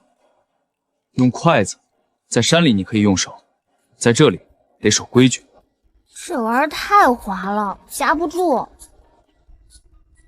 大拇指压住，食指动，夹不住就慢点。土包子，这么大个人了，连筷子都不会用，这是哪个山沟里钻出来的野人？你说谁是野人？哟，脾气还挺大。哥哥教教你咋用筷子，或者教教你别的。再废话一句，我对你不客气。坐下，不值得为这种人动气。我们吃饭。没想到你还挺厉害的。赶紧吃，吃完了还得去趟新华书店。去书店干啥？我不识字。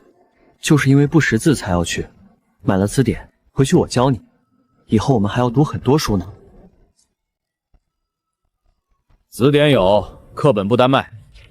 词典1块2，课本一套3块5。有票吗？我的妈呀，这些黑蚂蚁比狼群还难对付。不识字就别糟践书了，这词典是给文化人用的，你们买回去也就是垫桌脚。书是卖给想学的人的，你卖的是书，不是优越感。把课本拿出来，全套。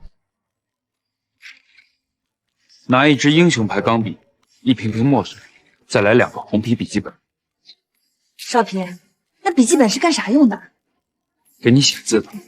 我一个人在山里住了这么多年，都没碰过这玩意儿。你这一来，又让我学筷子，又让我认字儿的，比驯鹿还累。驯鹿能陪你一辈子吗？行吧，为了你那句一辈子，我认了。坐。少平，真学啊？君子一言，驷马难追。手腕别用死劲儿，要虚，手指要活。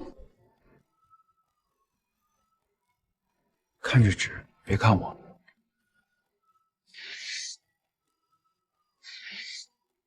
铁捺，这是人，人字好写难做，一撇一捺相互支撑，就像咱俩，你是那一撇，我是那一捺，得互相扶着才能站稳。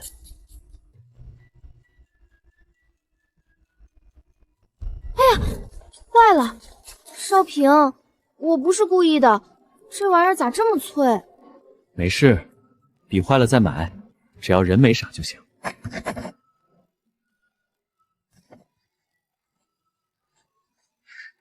这就对了，看来我的田晓霞不仅是神射手，还是个才女苗子。那当然，你也不看看我是谁家的媳妇儿。昨儿我远远瞅见了，那身段别提多惹眼，一身紧身红棉袄，腰细臀翘，要是能亲近一回，少活10年我都甘愿。哎呦，妹子，劲儿挺大呀，这水沉，别把细皮嫩肉的小手给勒坏了。来，哥哥帮你。妹子，山里日子苦吧，不如跟了哥哥，哥哥保你吃香的喝辣的。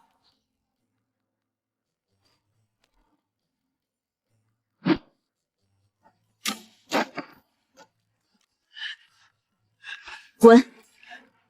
啊！一起上，摁住他！小娘皮还敢打人！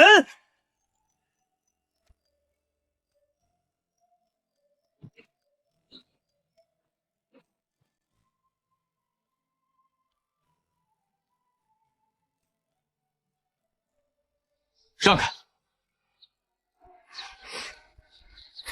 少平，我手疼吗？下次别用手直接拧，这帮人骨头硬，别硌着手。这种脏活以后喊我，或者放金子。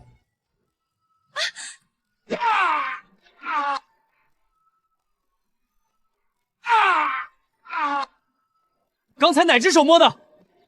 没摸，误会啊，少平哥，少平哥啊！断了！我说我没摸到，真的没摸到，他就把我手拧断了。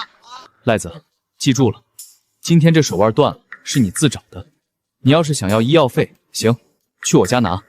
但我家的金子和小白最近正好没吃饱，你敢进那个门，我就敬你是条汉子。不敢了，少平哥爷爷，我错了，我嘴贱，医药费我不要了，您饶了我吧。大家都听好了，田晓霞是我孙少平明媒正娶的媳妇儿，她从大兴安岭来，性子直，但她懂一个理，人不犯我，我不犯人。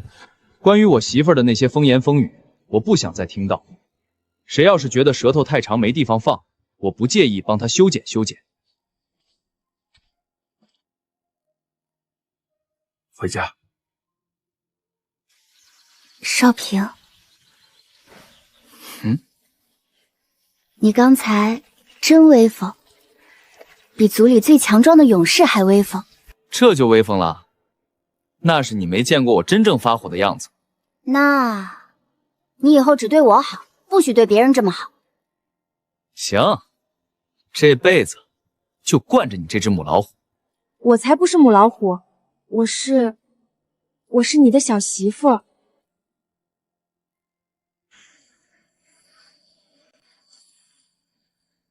少平，那是什么人？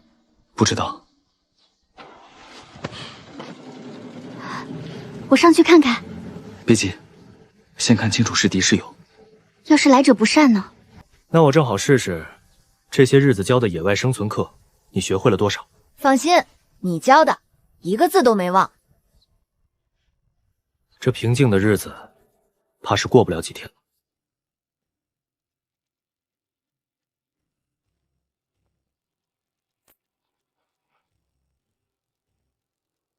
出来吧，大冷天的趴在雪窝子里，也不怕冻掉了蛋。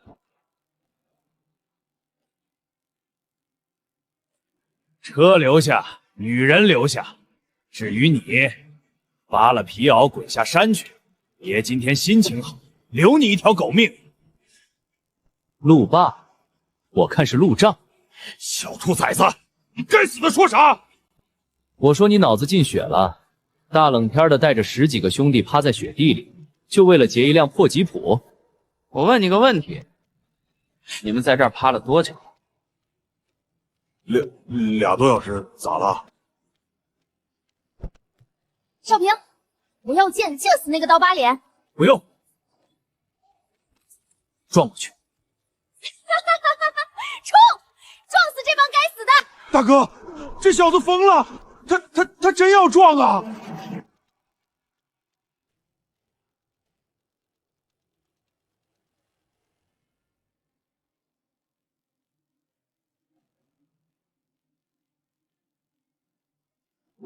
我的妈呀！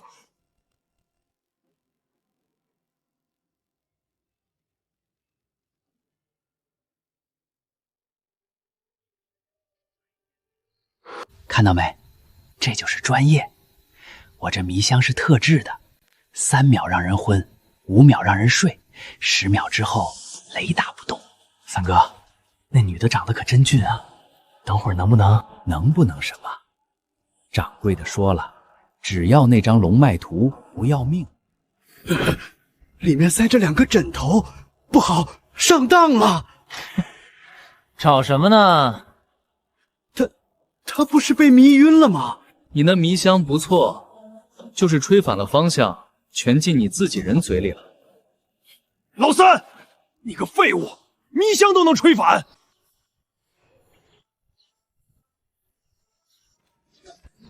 我的个老天爷啊！鬼手老三，闯了20年江湖，从来没栽过跟头。这年轻人不是猛龙不过江啊！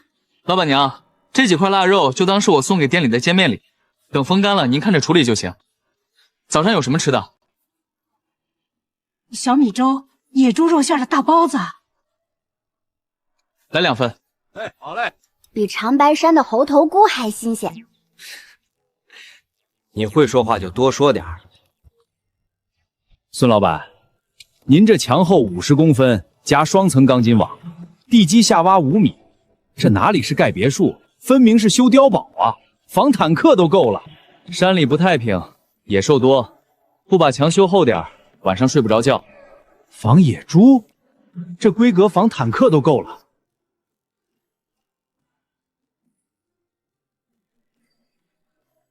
各位乡亲，今天孙家乔迁，这碗酒敬大家。从今往后，大兴村穷了几代人，不能再穷了。我拿出1万块，成立助学基金，谁家孩子考上初中，学费我掏；考上高中，吃喝拉撒我全包。李叔，盯上我的人多了去了，多一个不嫌多，但我孙少平的钱，每一分都是干干净净挣来的。不怕查。鄂温克族的规矩，狼一生只有1个伴侣。女人把狼牙送给男人，就是认定了，你带上他，就是我的男人。那男人送给女人什么？男人要送一把刀。那不一样。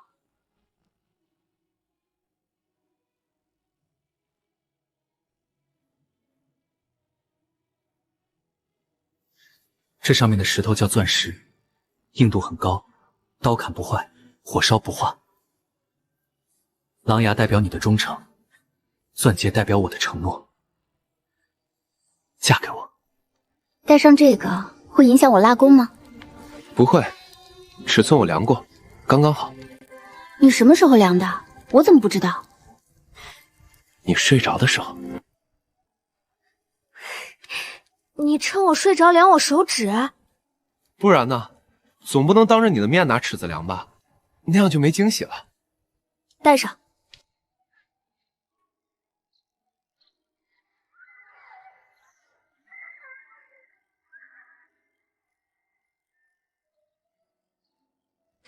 我发誓，这辈子我绝不让你受一点委屈。谁敢欺负我，我就射穿他的喉咙。用不着你动手，我替你杀。那你要是欺负我呢？我不会。那我要是欺负别人呢？那就欺负了呗，有我给你兜底。这话我爱听。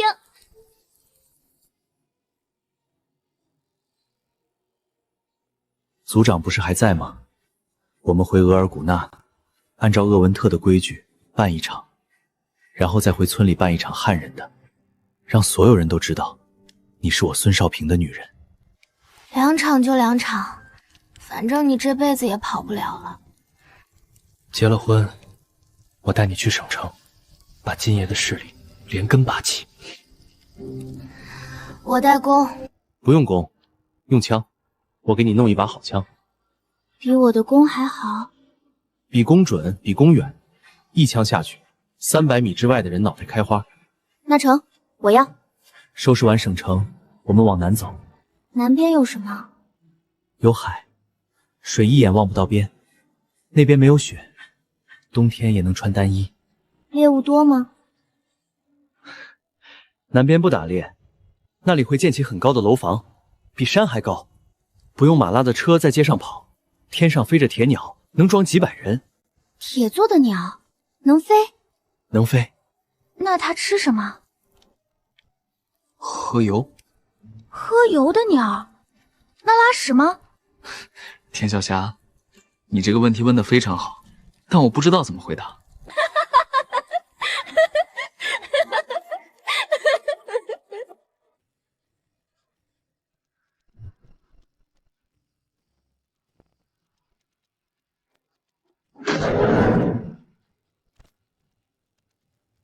你就是孙尚平，长白山那个小子。是我。哼，我还以为有3头6臂，原来就是个20出头的小年轻。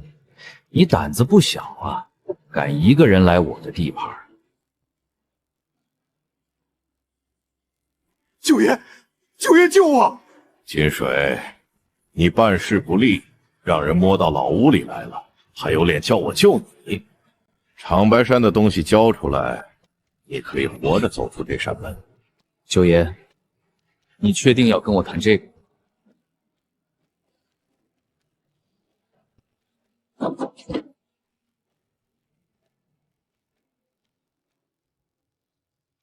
要货还是要命？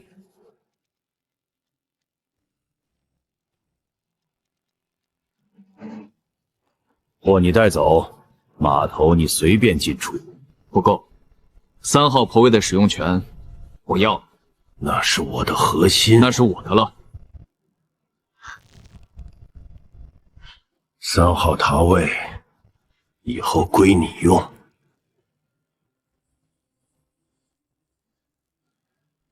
九爷，今天的事你做得对。叫人去查，这个孙洛霄到底是什么来路？从今天起，广深的天怕是要变了。少平哥，你说九爷真能咽下这口气？咽不下也得咽，他赌不起。30个手下，1颗手榴弹就能全带走，钱和命，他知道哪个重要。我本来以为要打一场的，能不打就不打，打是下策，让他怕你，才是上策。那个九爷指甲缝里有血，他右手虎口有老茧，是个惯用刀的人。他喝茶的时候杯子在抖。嫂子，你这眼睛比狙击镜还毒。幸亏嫂子是自己人。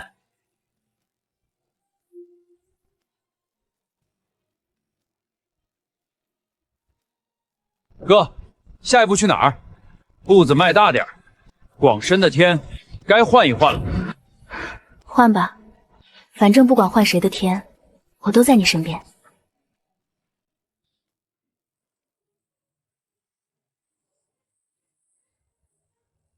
就这儿？你说的钢铁巨兽装这种破地方？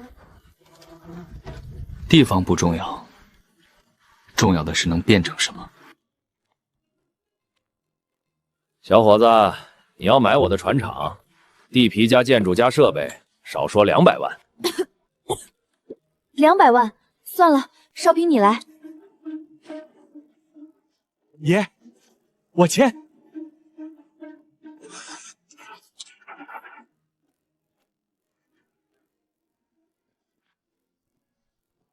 这老板跑业务的能力比他跑路的速度差远了。霍爷，孙少陵把东湾那个破船厂买下来了。他买船厂就是要造船。那个快倒闭的破厂子能造什么船？造船就得下水，海上风大浪大，出点意外不奇怪。给我盯死了东湾船厂的动静，已经在安排了，线人、无人机、海面监控，该有的都有了。不够，找几个信得过的，亲自去。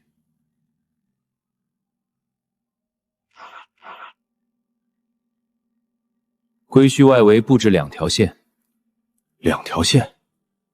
他在造的不是一艘船，是一把刀，一把专门对着我来的刀。既然知道他想干什么，为什么不提前动手？让他造完，让他看到希望，然后再让他知道，他造的船永远到不了归墟。归墟里有东西。归墟里有一样东西，所有人都想要。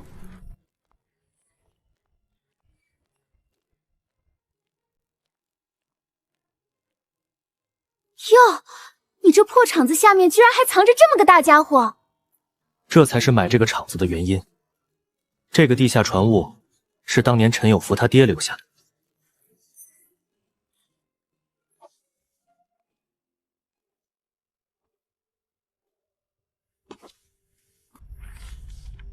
后生仔，这水线设计，我在英国人的图纸上都没见过。这推进系统布局，你确定这是人能造出来的东西？我说过，船由我来设计，你负责制造。你给我的工期是2个月，你知道正常工期要多久吗？最少1年。材料我解决，能还是不能？干！孙天平，你看看这批钢材，强度不够，别说造船了，造个铁壳渔船都悬。哥，这钢材看起来就是2手的，上面还有锈呢。等着。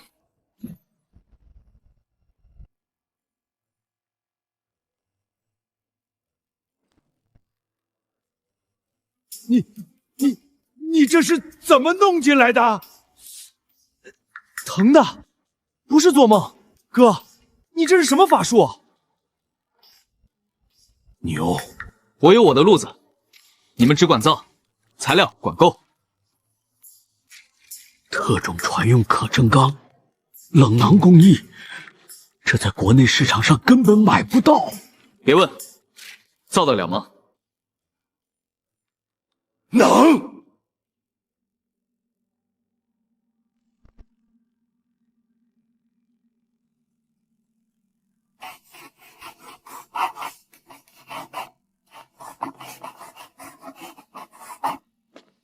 在想什么？在想霍英杰还能活多久？我觉得他不会让你活得那么顺。他没得选。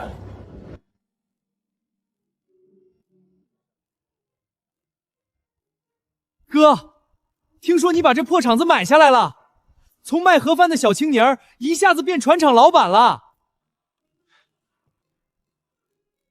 老板，我叫大柱。哥，你造这船到底要干嘛？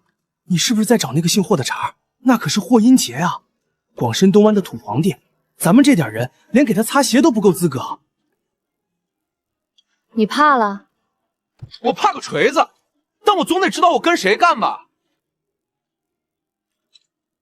造好了你就知道了。行，哥你说了算，我就跟着你干。走。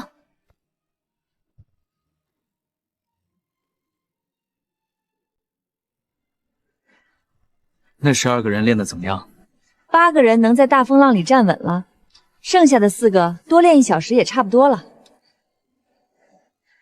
霍英杰的人在外面盯着，我知道。你不担心？我阿爸说过，打猎的时候最危险的不是猎物发现你在跟踪他，是猎物压根儿没发现你在跟踪他。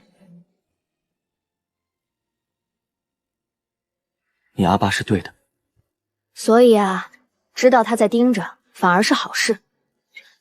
怕就怕他在我们不知道的地方设了局。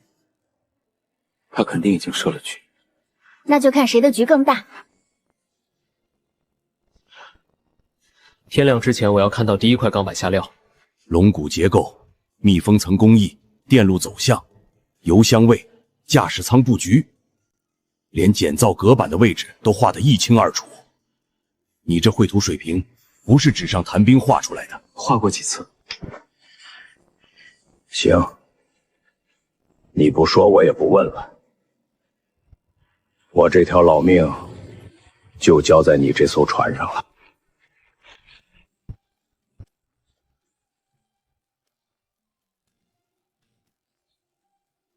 龙骨搭起来了，可以。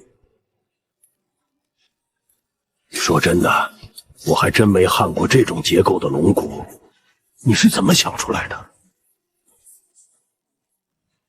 他叫归墟猎者号。归墟猎者，好名字。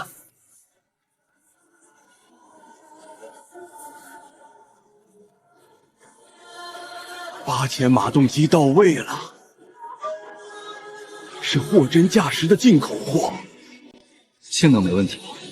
之前你还跟我说2个月造好，我还觉得你在吹牛，现在我信了。所以呢？所以我今天不焊到天亮不休息，你别拦我。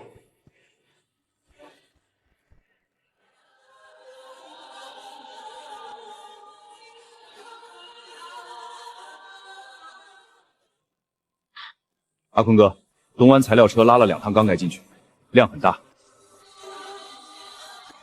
他在造船，而且不是小船，从钢材厚度来看，至少是中型的。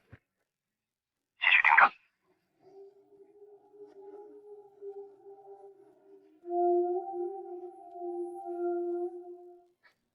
盯梢的兄弟，你这车都停这儿3天了，挪都不带挪一下的。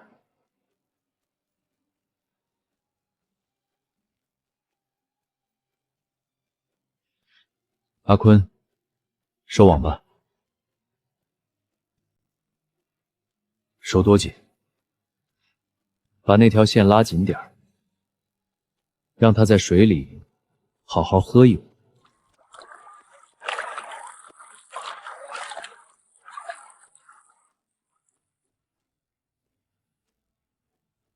干了一辈子造船，没想过自己还能造出这样的船来。明天下水。我这2天老是想起我爸，他年轻的时候也是个造船的，一辈子最大的心愿就是造一艘能在远海航行的船。明天你下水。别说了，再说老子真哭了。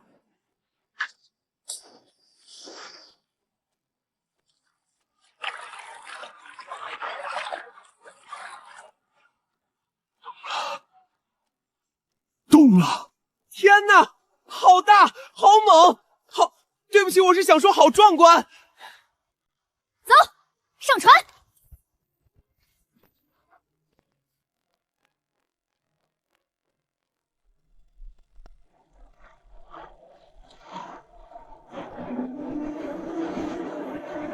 老子这辈子没坐过这么稳的船。8000马力，进口货。这船真能开到归墟？开得过去。那我就跟你走到底。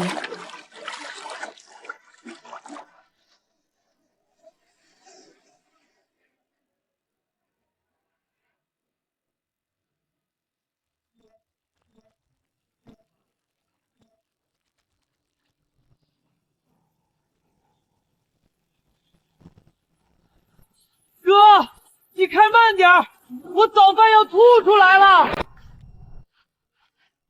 还行。你是堵墙，墙当然不晕船。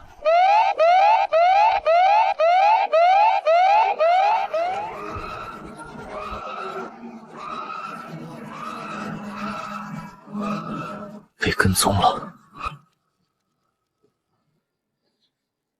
霍家的人不只是人在跟踪，水下也有东西。水下的东西是什么？不知道，但移动规律不是鱼群，像是某种小型水下无人设备。霍英杰有一支私人舰队，水下有人工操作的潜航器。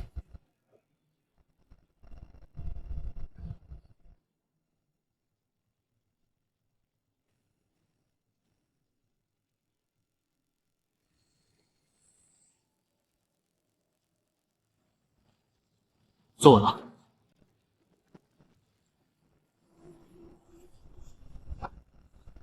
哥，你别吓我！你刚才说坐稳了的时候，声音太平静了，你这语气一般是出大事的前兆啊！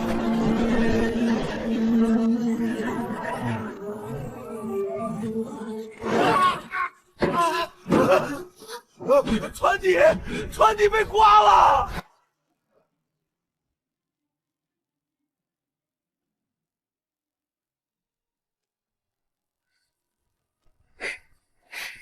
刚才那条水道，你是故意的吧？测试船体抗撞能力。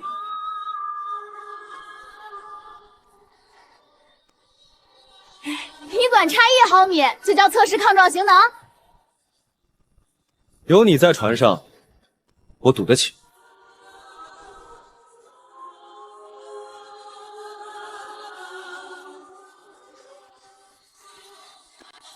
阿发那边传来的。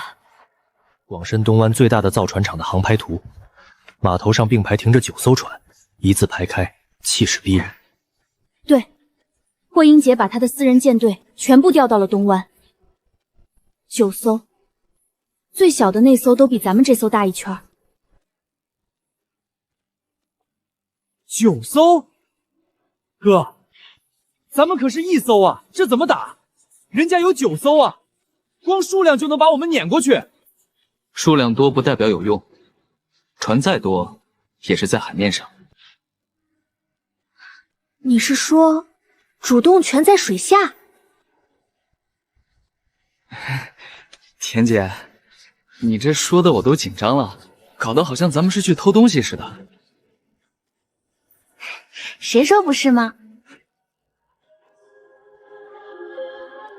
归墟猎者号，出发。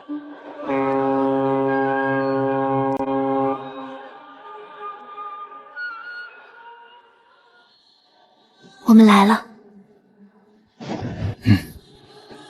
来了。你确定？这图上暗礁区标注水深只有2.2米。所以我这几天晚上一直在勘测。暗礁区有一条天然水道，最深的地方能到2.8米，只有在潮位最高的时候能用。哥，你连这个都算好了？从决定买这个船厂那天就在算。哥，咱们1艘船装1门炮，对面9艘船加起来少说10几门，这1对9，怎么打？不是让你打海战，不打海战，那装炮干嘛？威慑。威慑谁？海鸥吗？雷子，你是不是觉得打仗就是2排人对轰？那不然呢？你去过真正的猎场吗？猎豹抓羚羊从来不是靠正面冲的，它是等羚羊跑累了，或者找了个最虚弱的下手。我们不是去打海战的，我们去拿东西。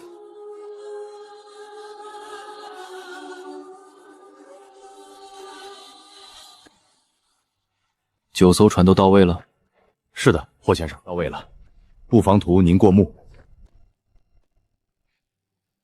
东侧防线是不是有点松？东侧海域开阔，我们的舰船机动巡逻范围大，应该足够。不够，再调2艘船过去，把东侧给我堵死了。是。他想进去，但他不知道归墟里面到底是什么样的地方。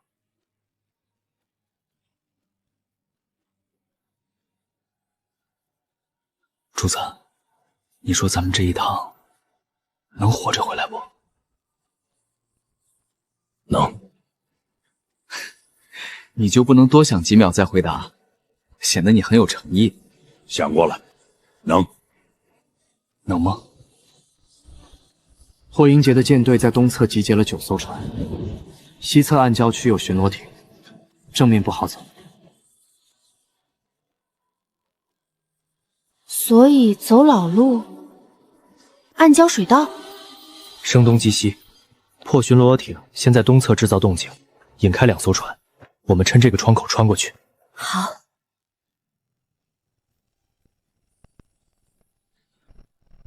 天哪！霍英杰那个该死的，在暗礁水道上放了鱼雷，射程太远，够不着。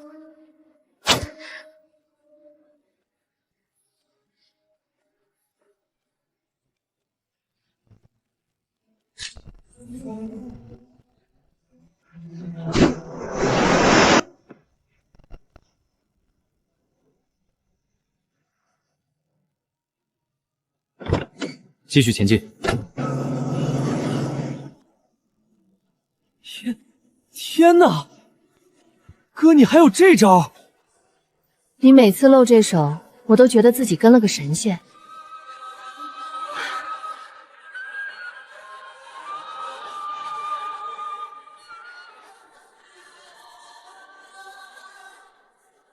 拿到了。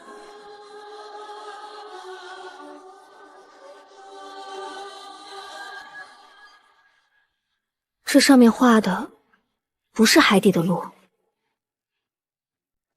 归墟不是海底，那归墟是什么？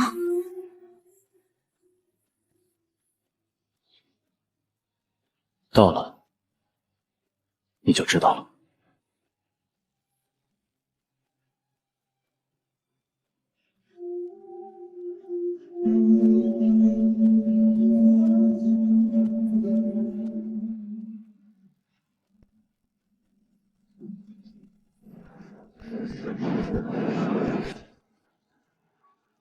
哥，你说他不会在雾里藏了10几门炮对着我们吧？所有人待在船上，我和小霞过去。走。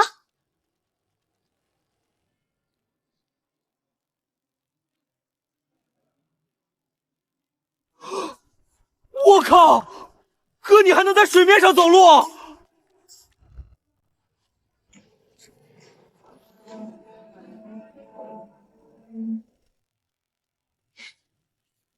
有意思。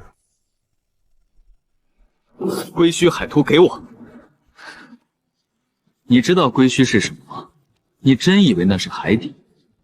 那个地图标着归墟的地方，海底什么都没有。那你守的是什么？归墟不是海底。我知道。你怎么会知道？给我。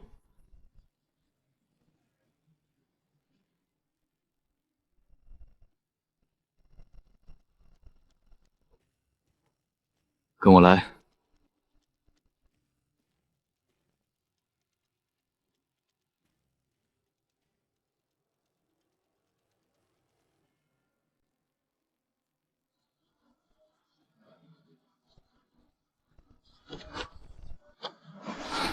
谢了。我也想知道归墟里面到底是什么。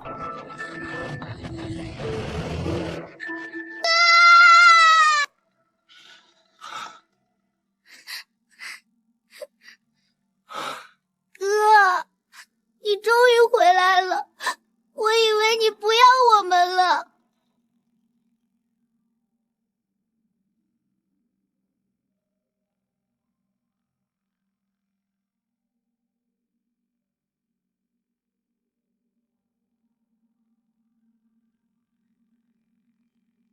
妈，儿子不孝，让你们担惊受怕了。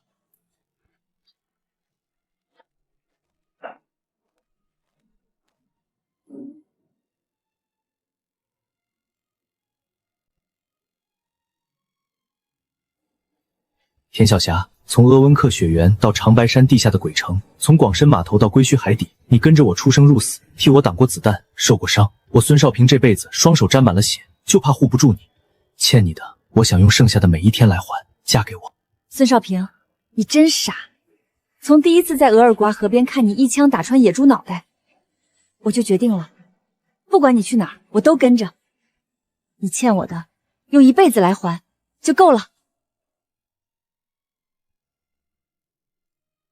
哥哥求婚成功啦！把古刀交给女婿，就是把部落的信任和我女儿的命交了出去。爸，您放心，刀在，人在，田晓霞在，鄂温克就在。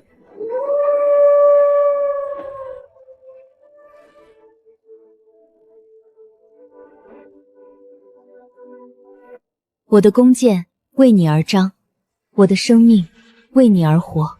我的刀锋为你开路，我的余生护你周全。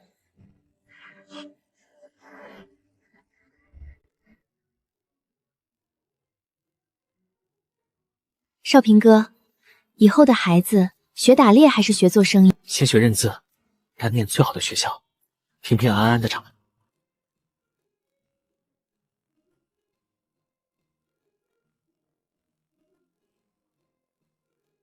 他踢我了，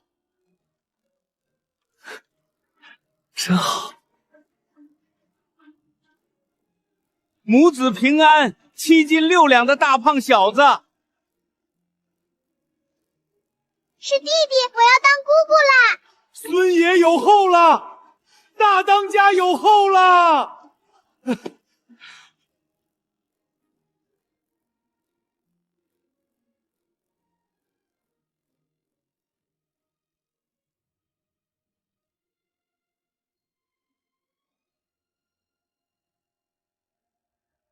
小家伙，欢迎来到这个世界。